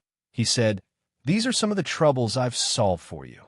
With a wave of his hand, several attendants pulled the cloth apart, and on the ground there were piles of human heads. Lorraine, who was behind Abel, was immediately shocked from what she had witnessed. She started moving closer towards Abel as he gently pulled Lorraine behind him. Black Wind gave a low whine to the skull on the ground, showing his teeth, which were already sharp. Abel looked at the Head Commander Hopkins with a sense of confusion. Head Commander Hopkins then pointed to the first head and explained, "This is Lord Tuttle. He was planning to murder a coat of arms knight. After being captured, he was killed when he tried to resist." Abel recognized the head of Lord Tuttle at a glance. It was a noble who had revealed a sense of malicious intention yesterday, when Abel had just entered the hotel. Abel would have never have guessed that man would be killed the next day. In regards to killed when he tried to resist, Abel would gamble on his life that no way that a noble, without any fighting power, would be dumb enough to resist the capture of a head commander. This was probably just an excuse Head Commander Hopkins had made. Pointing to the second pile of a dozen heads, he said, "These are Lord Tuttle's men who were spreading the words that you have came with great wealth." Pointing to the last pile of heads, up to 100 of them, he said, "This is the elite soldier of Hume with his berserkers mercenaries. These men tried to attack my friends, Master Abel, so I chopped off their heads as their punishment." Head Commander Hopkins sneered. Abel knew that it was possible to arrest everyone who had plotted against him within one night. However, to find the source of the plot, as well as preparing to attack the mercenary group, it had to be an extremely powerful intelligence service to accomplish such a task. Though that insignificant lord was a part of the plot against Abel, he was killed for such a small matter. This would certainly bring about a lot of trouble for Head Commander Hopkins in the future. To deal with a punishment like this, Head Commander Hopkins was required to submit a request to the Noble Arbitral Tribunal. However, with such a respected title, the Noble Arbitral Tribunal must have processed his case quickly. Head Commander Hopkins had killed a lord so that he could finish this matter before Abel had left Mawa City. Even if he was just an ordinary lord without the coat of arms, it was still a troublesome matter. "I accept your kindness, Head Commander Hopkins, and all you have done for me have shown that you are a true friend of mine." Abel smiled, bowed, straightened up, and continued, "I'm sure your noble self will receive a gift from your friend Gift in return." With that, Abel returned to his carriage, took out a fire magic sword, held it out to Head Commander Hopkins. Head Commander Hopkins then promptly stepped forward, took the sword from Abel with both hands, and said with a laugh, "I am honored by your friendship." Presenting a weapon as a gift between two knights was a traditional method of making friends for knights. When a knight handed their weapon to another knight, it symbolized the idea of one individual requesting to become another's true friend, and if the other knight accepted the weapon, their friendship meant that they were now as close as brothers. This kind of ceremony was sacred in the tradition of the knight's etiquette for many years. It was considered as the most stable founding steps for a good friendship. When Head Commander Hopkins took the weapon from Abel, the two's friendship immediately heated up. Head Commander Hopkins then took Abel by the hand and said, "Master Abel, I've only just realized that you were in Mawa's city, so I don't even know what kind of gift I can give you now." Suddenly, the commander clapped his hands, and 10 guards who wore black armor came out behind Head Commander Hopkins. "The current situation in Beikong City doesn't look too good. I don't think you brought enough men with you. Hereby, I will give you these 10 beginner warriors. Their life and death are up to you now." With a wave of the hand of Head Commander Hopkins, the 10 black-armored warriors came up to Abel, fell on one knee. They said in unison, "The Lord of Abel, we dare to die for the Lord of Abel." Of course, Abel would not refuse the kindness of Head Commander Hopkins. As their friendship had just begun, it was an ordinary matter to exchange gifts to one another. Then, with a serious look on Abel's face, he placed his hands onto the guards and helped them up. These black-armored soldiers were so fierce that they could be recognized within seconds as veterans fighters. Abel was a little shocked by how generous Head Commander Hopkins was. These private soldiers who were willing to die for their masters weren't easy to train. Looking at their age, they looked 10 years younger than his knight servants. But to have these kinds of might at these ages, they must be the finest of the finest. The Lord of Martial was standing behind Abel, not moving forward.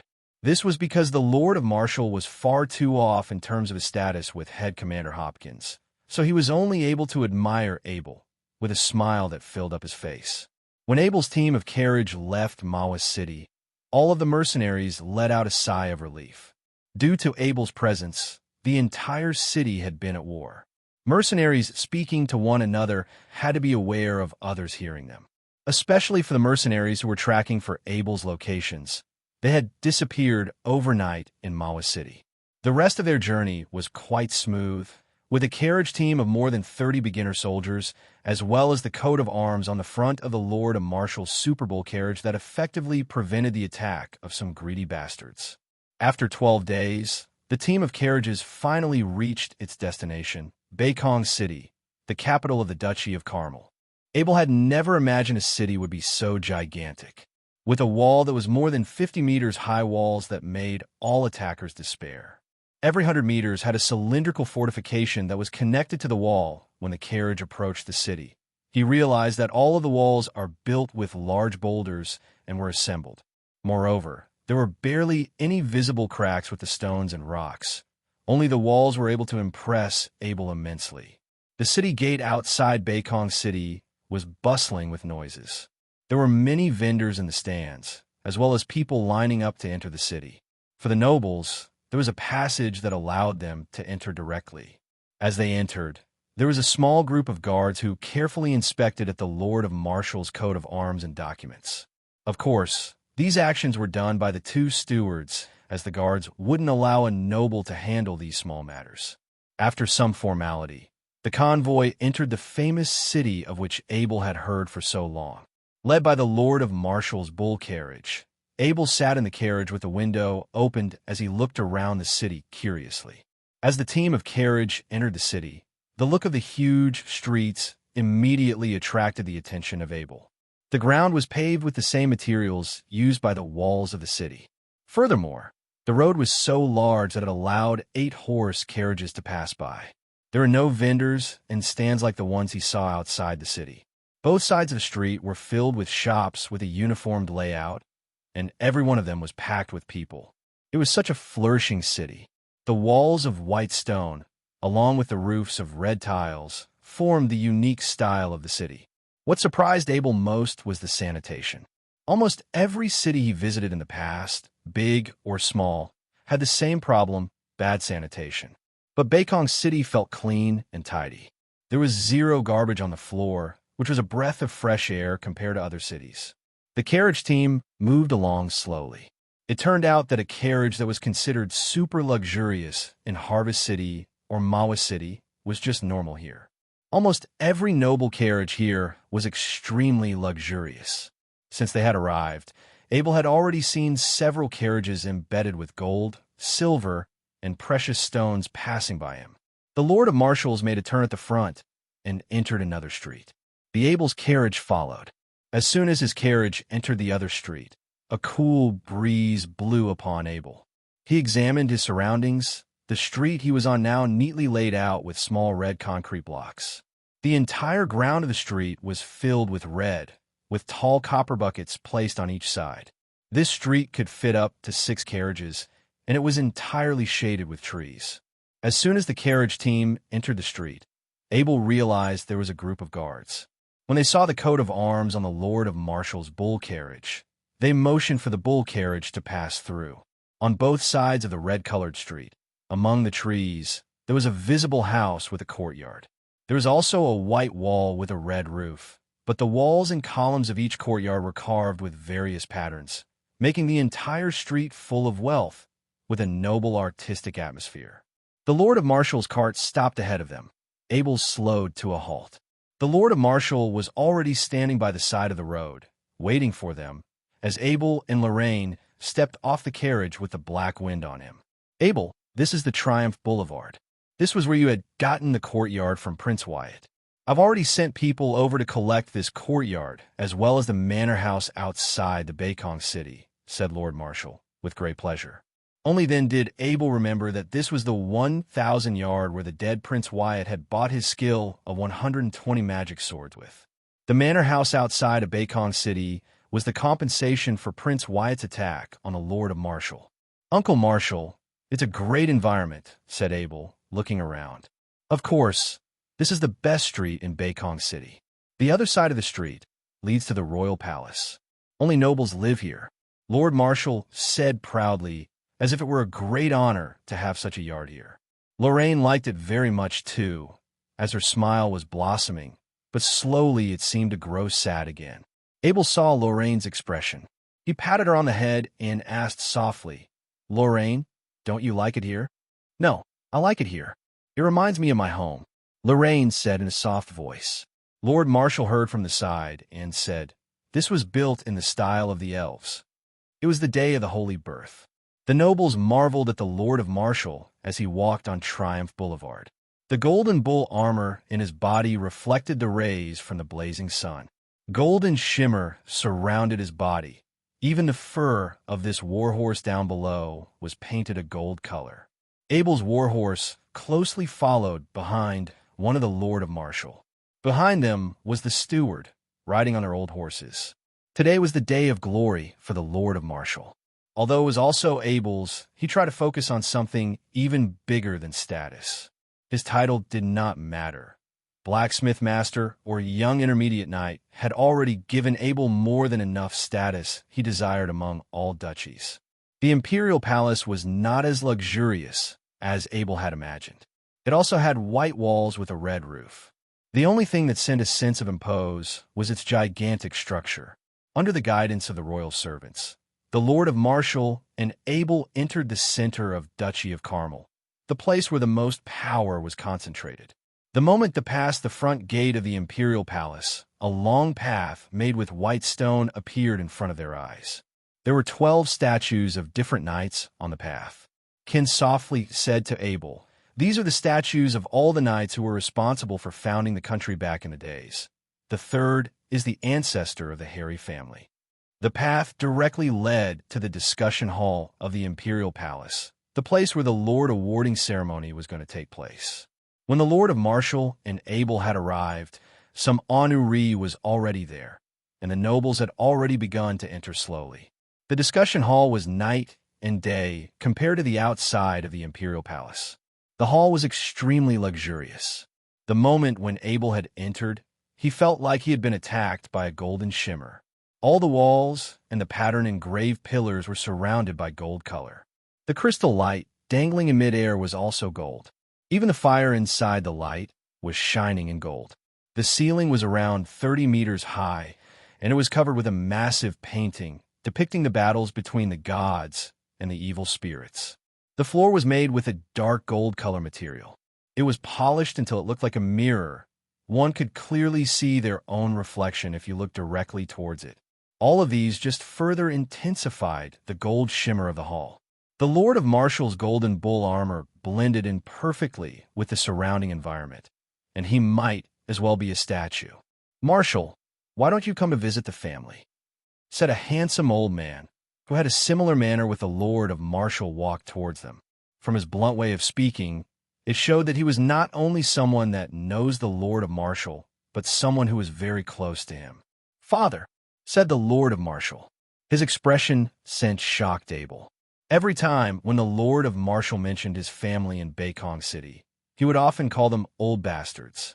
But now he had suddenly acted like a mouse seeing a cat, all tense up and speaking in softest voice imaginable. All the immensely proud of one's self-energy he had when he was coming here was all gone. "Stand up straight. Look at yourself. You are now one of the leaders of the family," said the old man, as he bluntly patted the back of the Lord of Marshall harshly. Originally, the posture of the Lord of Marshall looked a bit like a bow. Suddenly, he had bounced up straight. The old man proceeded to say, "You are doing very well lately, gaining a title of a lord through outstanding military services. If you have time, come visit your mother." He then turned towards Abel. "You must be Abel. I am Brooke, the Earl of Harry, Marshall's father. So we are all family here," Earl Brooke said to Abel with an amiable smile.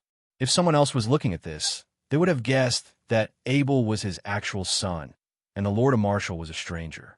"Grandpa Brooke, I hope you are well," said Abel immediately as he gave a bow. "We are a family. No need to be so polite." Earl Brooke patted Abel and smiled.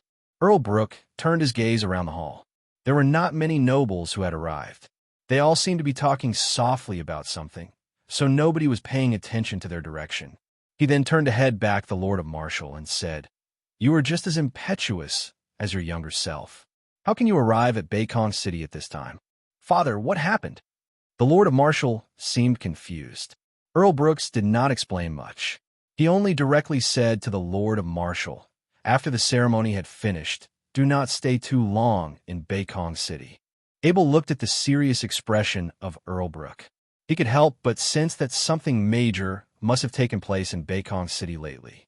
The great king of Duchy of Carmel, Aster George, has arrived. After hearing these words by the royal servant, all the nobles in the hall had stopped talking and returned to their seats. Only the 5 honorees remained standing in the center. The king of Duchy of Carmel, Aster George, had entered the hall. He was wearing a red silk suit with a dark red cloak. At that moment, everyone in the hall stood up and bowed until the king had taken his seat. Abel noticed the king did not look so great. Even the red suit could not wide the sickly look on the king's face. Through Abel's power of the will, he also sensed that the fire of the king's life was becoming weaker and slowly fading. "The title of Lord will be awarded to the Knight of Marshall, Harry," shouted the royal servant. The Lord of Marshall stepped up wearing his fully golden armor in the gaze of thousands. He put his head down and kneeled with one leg respectfully in front of the king. His expression seemed extremely dignified and serene. King Aster George stood up. He took a long sword from the royal servant and lightly tapped it on each of the shoulders of the Lord of Marshall.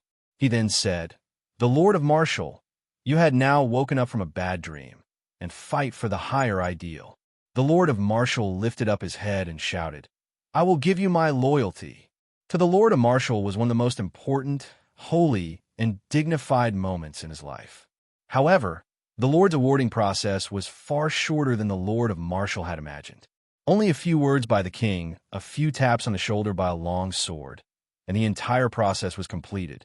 Abel, on the other hand, did not really agree with these kinds of ceremonies. He knew that this ceremony was symbolic of royals' power and control over humans. The tap with the sword signified the king had defeated the honoree, and he had the power to kill anyone who was not loyal to him. After 3 honorees more had been officially awarded the title of a lord, it was Abel's turn. He kneeled in front of the king with his fully blue armor. When King Aster George tapped Abel with the long sword, Abel could feel the shakes in his hand. This ceremony had taken up too much effort for this weak-bodied old man. Before the official award, the asking said to Abel, "Master Abel, you are the youngest eagle of Duchy of Carmel, an outstanding genius. Please remember you will always be a man of the Duchy of Carmel." Then the king proceeded to say, "Master Abel, you had now woken up from a bad dream and fight for the higher ideal. Had it novel been at?" Abel shouted, "I will give you my loyalty." The voice of a teenager who was just hitting puberty filled the hall. Such a young coat of arms lord. The entire hall was filled with admiration. King Astor George took out metal and put on the chest of Abel.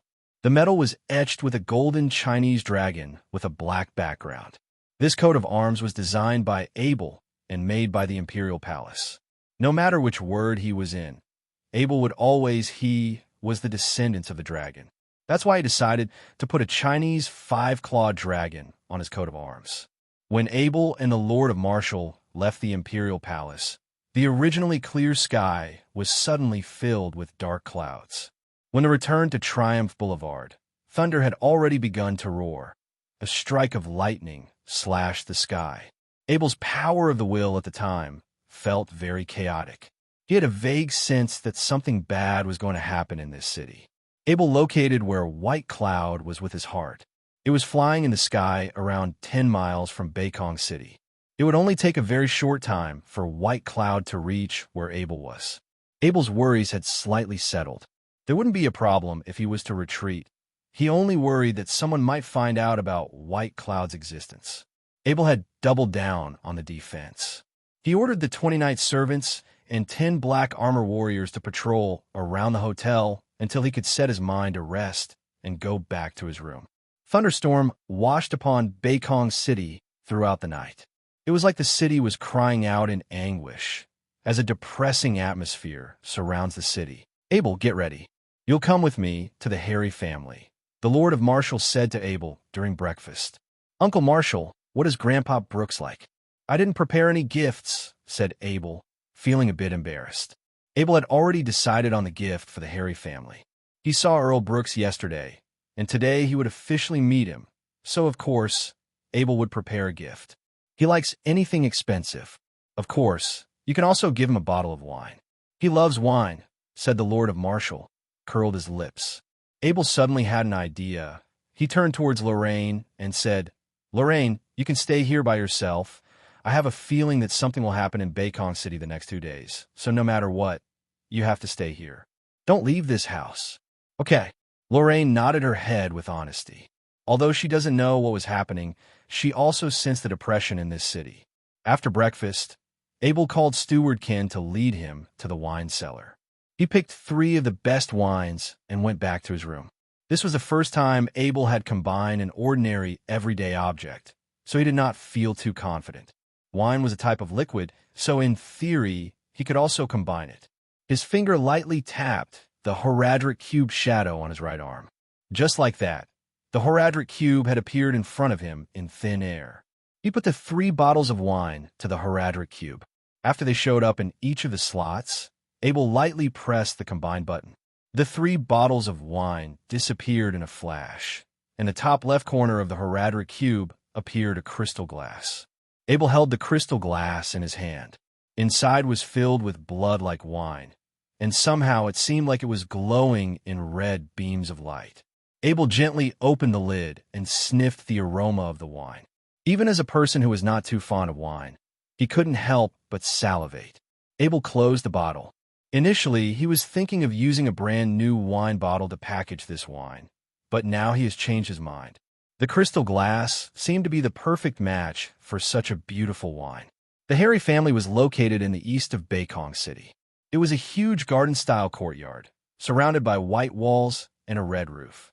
When their bull carriage had reached the front gate of the Harry family, he could see a white lion and unicorn with a red background coat of arms etched on to the front gate. He couldn't help but turn his gaze towards the Lord of Marshall. It was until now that he realized where Harry Castle in Harvest City had gotten its coat of arms from. "Abel, welcome. Thank you for your visit." Earl Brooks and a few other old men stood in front of the gate to welcome Abel. He suddenly felt a bit overwhelmed by the love from a superior. "Grandpa Brooks, why did you come outside yourself?" Abel immensely went up and bowed. "This is your second grandpa, third grandpa, and fifth grandpa." Earl Brooks introduced the old man beside him to Abel. Abel realized that the elders of the Harry family seemed to disregard the Lord of Marshall's existence completely. They only welcomed Abel with all their enthusiasm. "Grandpa Brooks, Uncle Marshall, and I decided to bring you this gift," said Abel. He turned to his underling and took 2 long boxes and a small box from his hand and handed it to Earl Brooks. Earl Brooks received the gift. He then waved his steward to open the gift one by one for him. The 2 magic big swords made the smiles on these old men's faces even wider. Who would say no to these weapons? They could dramatically increase their family power. "This is..." Earl Brooks picked up the crystal glass, gently opened it, and gave it a little sniff. It was like his whole body had stiffened up. Earl Brooks immediately closed the bottle without a single expression on his face. He then silently slid the bottle in his pocket and whispered to Abel, "Abel, how did you know I like wine? I'll take care of this gift myself." At that time, the other old men realized something was not right. They immediately went up to Earl Brooks and stopped him. Their expressions looked like they would give Earl Brooks a good beating if he didn't take out the red wine again. Abel didn't think the members of Harry's family to be this harmonious.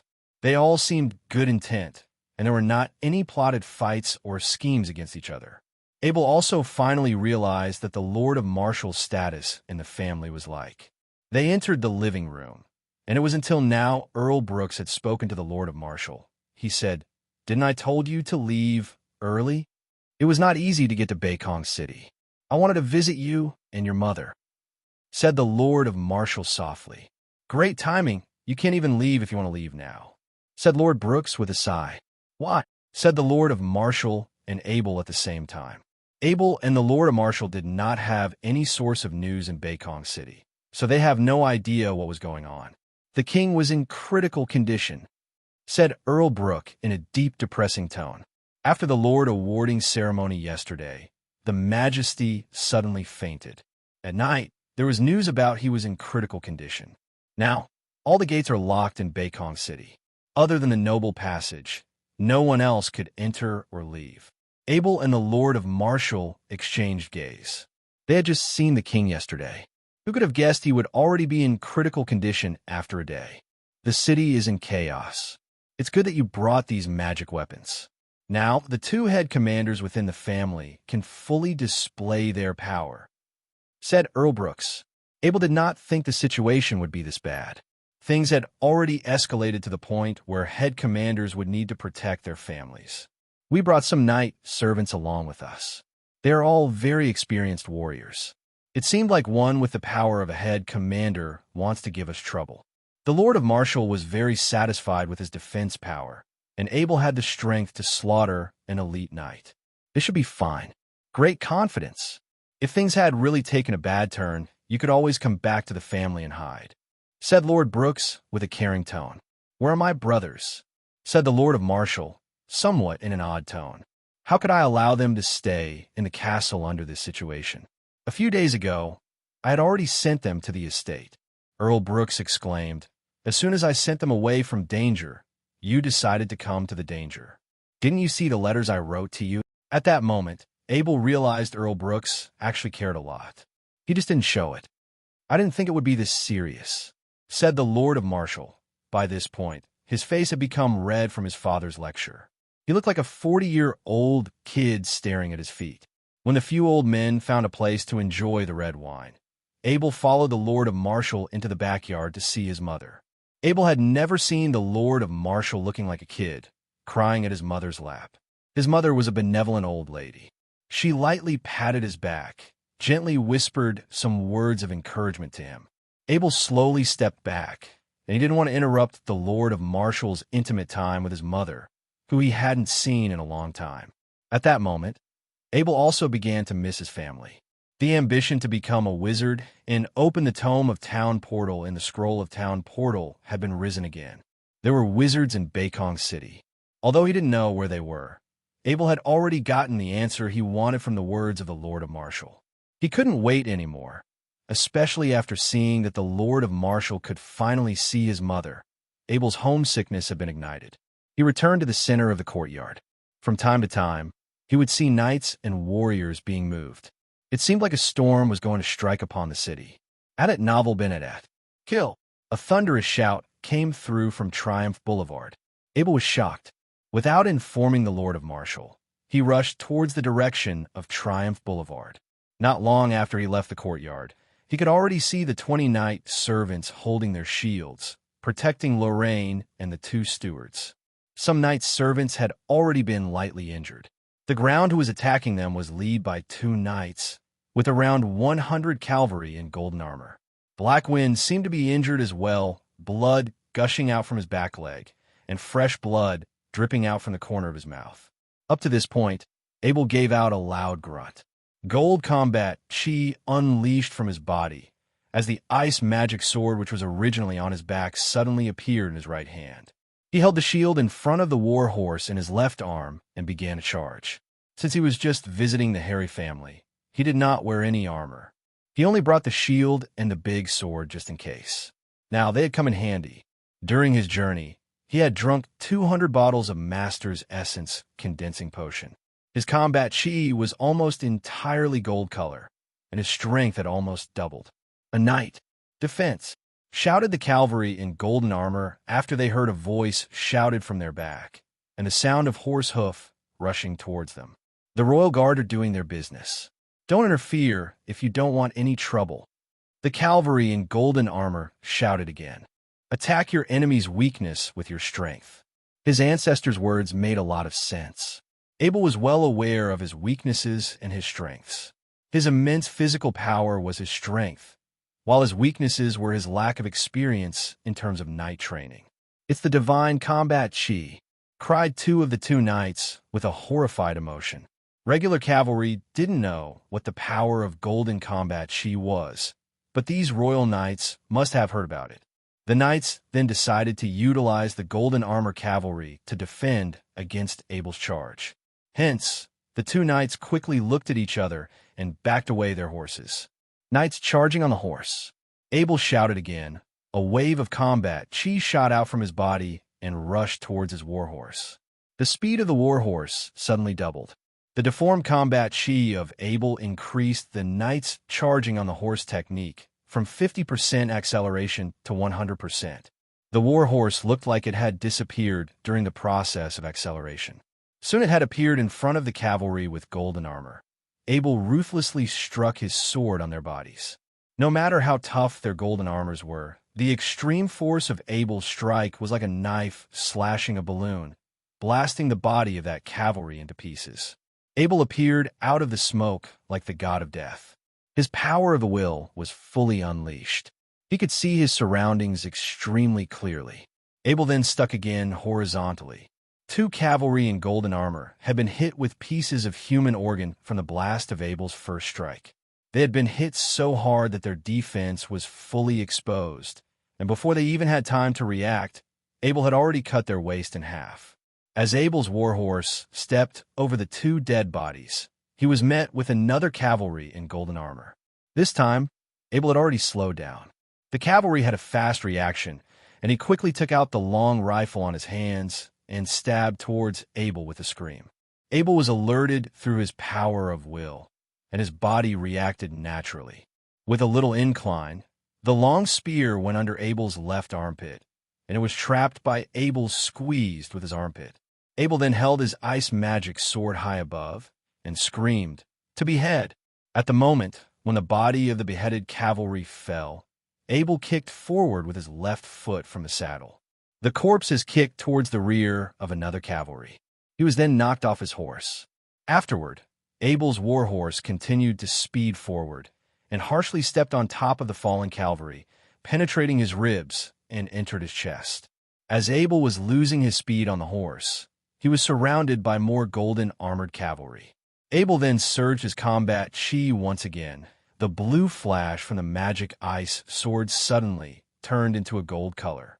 At this time, Abel was completely relying on his instinct to continue fighting. His power of the will was commanding his left hand to block while commanding his right hand in waving the sword. Regardless if his opponents were defending or not, the result would be the same. Abel blocked the long spear strikes from the left side as he swiftly glided through the long spears with a big sword in his right hand. When the flash of blue light from Abel's sword struck upon the long spears of the cavalry, the ice magic power of the sword latched onto his body, slowing his movement down. When Abel wanted to add another strike to end his life, 3 more long spears had already appeared in front of him. Abel immensely slashed them away with his sword. In a flash of blue light, those 3 cavalry's bodies were also filled with frost and slowed down. Had it novel been at. Due to the 4 golden cavalry slowing down, it made their attack position a big mess. Abel used this opportunity to charge through the cavalry's defense and successfully made it through their defensive position. He quickly regrouped with Lorraine and his 2 stewards. Master Abel. The 20 knights were so excited by Abel's return that they split a passage in the defensive formation as Abel rushed into the defensive circle. Abel did not reply, but simply dismounted and rushed into the cart where the equipment was stored.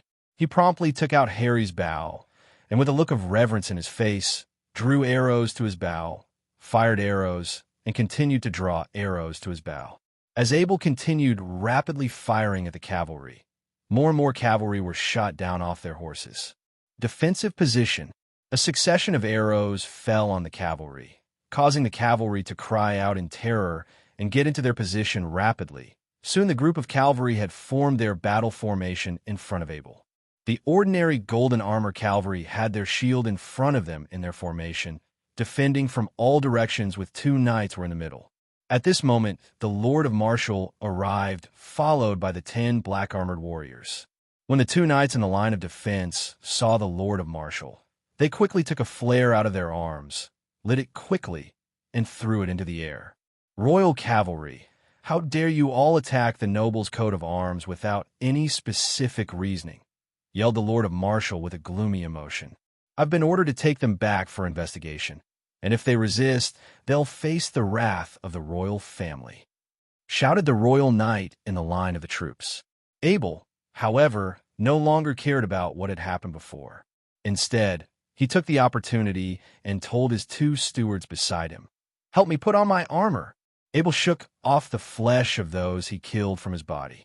When Lorraine saw the blood on Abel's body, she was immediately frightened. Abel then quickly whispered, "Lorraine, get back in the carriage." Lorraine looked steadily at Abel with her eyes and shook her head firmly. "Black Wind, keep an eye on Lorraine for me," Abel ordered while looking towards Black Wind. Within a flash, Black Wind was next to Lorraine, and the injury of his left leg didn't appear to be too serious. The 2 stewards were extremely fast. Within a few moments, they had already equipped all of the armor onto Abel. Abel then took the 300-pound knight's rifle from the horse carriage and mounted onto his warhorse. "Uncle Marshall, don't bother trying to reason with them. Something must have happened in the royal family, and they wanted to get rid of outsiders." Abel knew by this time that King Astor was probably dead. Within the closed-down Beikong city, power was very important. The best way to gain power was to kill off your threats. Abel and his group had just been caught in the middle of this storm. Someone must have sent the personal weapons Abel had brought along with him as a threat. That was what leads to this situation at hand. Follow along with my attack. With Abel's great cry, he rode his horses directly into the battle line of the golden armored cavalry. As Abel was wearing armor, he no longer had to worry about protecting himself, alongside his 5-meter-long lance, which was able to exert his power effectively. When the golden combat chi surged once again, the chi pressure of Abel's palm began to spread a wave of golden combat chi towards his long spear. The golden combat chi quickly surrounded the 5-meter knight's rifle. It had completely turned into a gold color. Chi defense. With a loud cry, the 2 knights in the royal line of battle placed their 4 hands onto their shields. On the other hand, all of the gold-armored cavalries flashed their combat chi as they fluttered and rushed towards the 2 knights with all their might. At this moment, the 2 royal knights were surrounded by the white combat chi from all 4 sides of their shields. It seemed that the 2 royal knights just wanted to hold out until their backup arrives. They seemed to completely ignore the problem of the amount of combat chi on the cavalry behind them, as they focused all their combat chi in defending their battle formation. With Abel in front and 20 knight servants behind him, Their task was to wait for Abel to break up the enemy's defenses and then let the knight servants handle the killings. Abel looked towards the battle formation with a cold sneer. He lifted his knight's long spear. He then harshly struck down. Bang! Many people in the battle formation were shaken so hard by Abel's force that they began spitting fresh blood out of their mouth. But they persisted, and the battle formation was still not broken yet. Abel, too, was a little surprised at the outcome. His strength was now about 3,000 pounds, and with the golden combat chi quadrupling its power. Abel didn't even use all of his power in his last attack, but the power that it had dealt to his enemies was already extremely powerful. He used his full force to make a second strike. When the 5-meter-long spear struck down from midair, it seemed to warp the body of the long spear, unleashing an explosion of air rushing towards the cavalry's shields. 2 of the cavalry behind the shield had exploded like a balloon, blasting into midair with fresh blood gushing out of their mouth. 4 of their shields had also been blasted off, with the magic power of the rune in Abel's long spear, and the shield had been blasted away for 10 meters before hitting the ground. Charge! With the cry of Abel, the 20 knights rushed forward behind him. The Lord of Martial, who was accompanied by his 10 black armored warriors, also rushed from the other side into the already scattered battle formation of the cavalry. With Abel's massive strike, it had already more or less caused this golden armored cavalry to suffer from internal injuries. With their military strength already massively lowered, the following scene was not even considered as a battle. It was more like a slaughter. No matter if it was only the 20 knights or the 10 black armored warriors, they were all veterans in these battles. With their eyes filled with no remorse, they held out their weapons on their hands and ended their opponent's life with the most efficient method. Stop! A shadow of a man appeared with a roar. It was followed by an immense wave of imposed pressure. By that point, the Lord of Martial and the 30 beginner warriors were no longer able to do any attacks.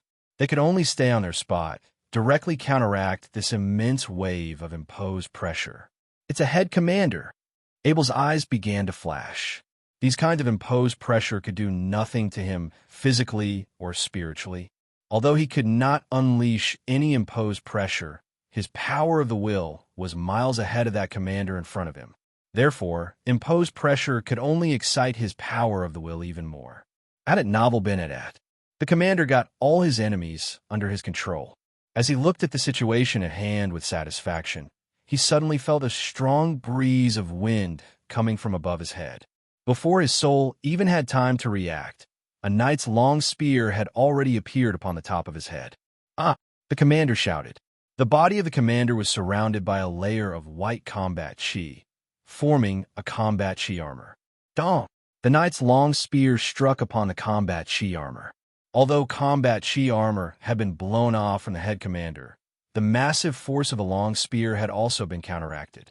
That's where the magic power of the 4 #Nef rune came in handy. It had the effects of rumbling off enemies. Just like that, the commander had been knocked back around 10 meters, exposing his defense. Abel did not stop. He knew there was a chance the commander could strike back. That's why as the commander was stepping back, Abel struck again with his long spear. Again, the commander did not have the time to react, and he only blocked the impact directly with his combat chi armor. Just like last time, the armor had been blown off, and the commander had been knocked back another 10 meters by the magic power of the long spear. During the process of this attack, every noble within Triumph Boulevard became alarmed. The nobles who were aware of how things had started began to recount how the royal soldiers had trampled over the rights and privileges of nobles. 2 official lords and their family were unexpectedly being attacked by a group of royal cavalry. This news had brought the centuries-hidden tension between the royals and the nobles into the surface of reality. The anger within the suppressed nobles began to break out. At first, a few noble knights had joined the battle formation behind Abel, but soon more and more knights began to join. Some nobles had even sent their own family's knights to join the battle formation.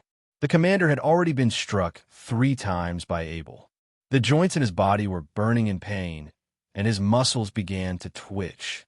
If the commander had been struck a few more times like this, his life might come to an end. Stop! Suddenly, the atmosphere in front of the Abel seemed to be slashed. An ordinary old man appeared in front of him, stopping Abel's attack with his hand. The massive force of his long spear was like a child's toy within the control of the old man. Head Commander Hoover. Someone had shouted in shock. Almost everyone had stopped their attack. Abel had heard of this legendary head Commander Hoover. He was the most powerful knight in Duchy of Carmel, a protector of the duchy. My child, you have immense power. You should be the pride of the duchy, not our enemy, said Head Commander Hoover calmly, as I seemed to be able to see right through everything. Head Commander Hoover turned to the nobles in the scene and said, I will find out who is responsible for sending out these royal guards. No matter which prince it is, he will pay for what he had done.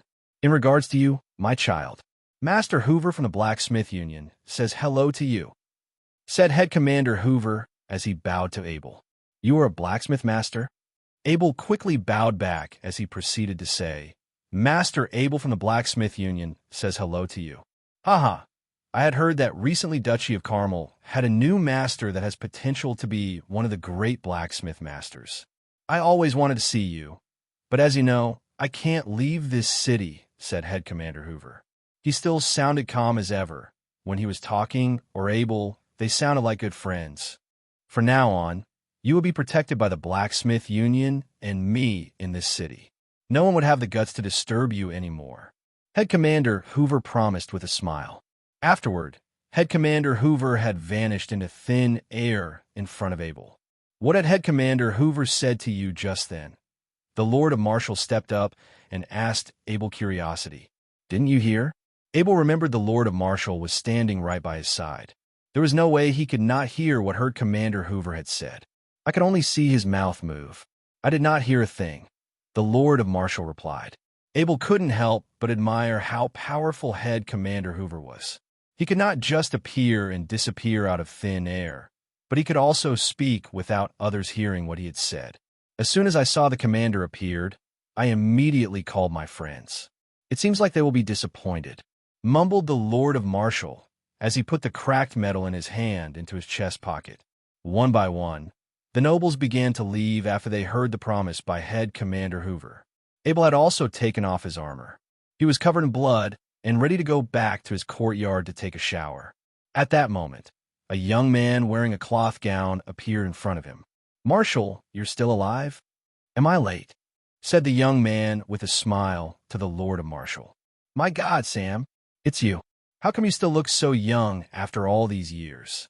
The Lord of Marshall stepped up and gave a young man a hug. The young man called Sam began to laugh loudly. You knew it.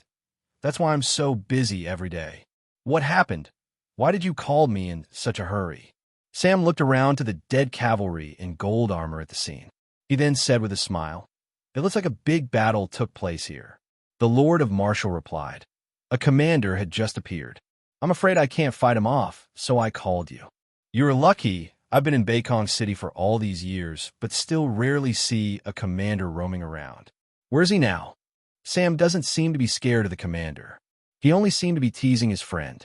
Head Commander Hoover took him away, said the Lord Marshal, pointing towards the direction which Head Commander Hoover had left.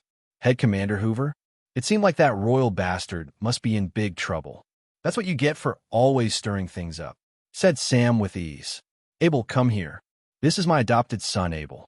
I'm going to take him to the wizard examination in the year after next year. We will give you trouble for being our middleman.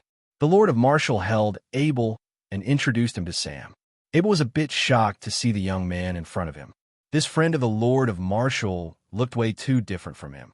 The already entered middle-aged Lord of Marshall looked like he was from an entirely different generation compared to Sam. Hello, said Abel nervously as he bowed. No worries, you can call me Uncle Sam, Wizard Sam said with a smile. Then he turned towards the Lord of Marshall in somewhat of a suspicious way and asked, why did he have to wait another 2 years for the examination? The Lord of Marshall replied, he is only 13 years old. He needs to wait until 15 to do the examination. Abel felt very nervous as he watched the two men talking about his future as a wizard. Look at him, he is so strong. So why wait until he turned 15? That age requirement was only for weak, noble kids. with a strong body like that. He could go do the examination anytime, Wizard Sam said to the nervous Abel with a smile. I can do the examination now, said asked with excitement. Not now, but if you want, you could be my wizard follower for now. When I have free time, then you could do the examination. Sam smiled at the excited Abel. Of course I want to. I want to be a student of wizardry. Abel burst these words out without even thinking. The Lord of Marshall could not understand what was going on in Abel's mind. This kid had always wanted to become a wizard, while completely disregarding his gift to be a powerful knight and the honorable status of a blacksmith master. However, since Abel insisted, the Lord of Marshall decided to help him accomplish this wish. Sam, Abel is my adopted son and my closest friend. I hope you can treat him well. The Lord of Marshall bowed to Sam and said in a serious manner, What are you doing? Abel is my nephew, so of course, I will treat him like my family member. You can stop worrying now, said a wizard Sam, certainly upon seeing the sincerity of the Lord of Marshall.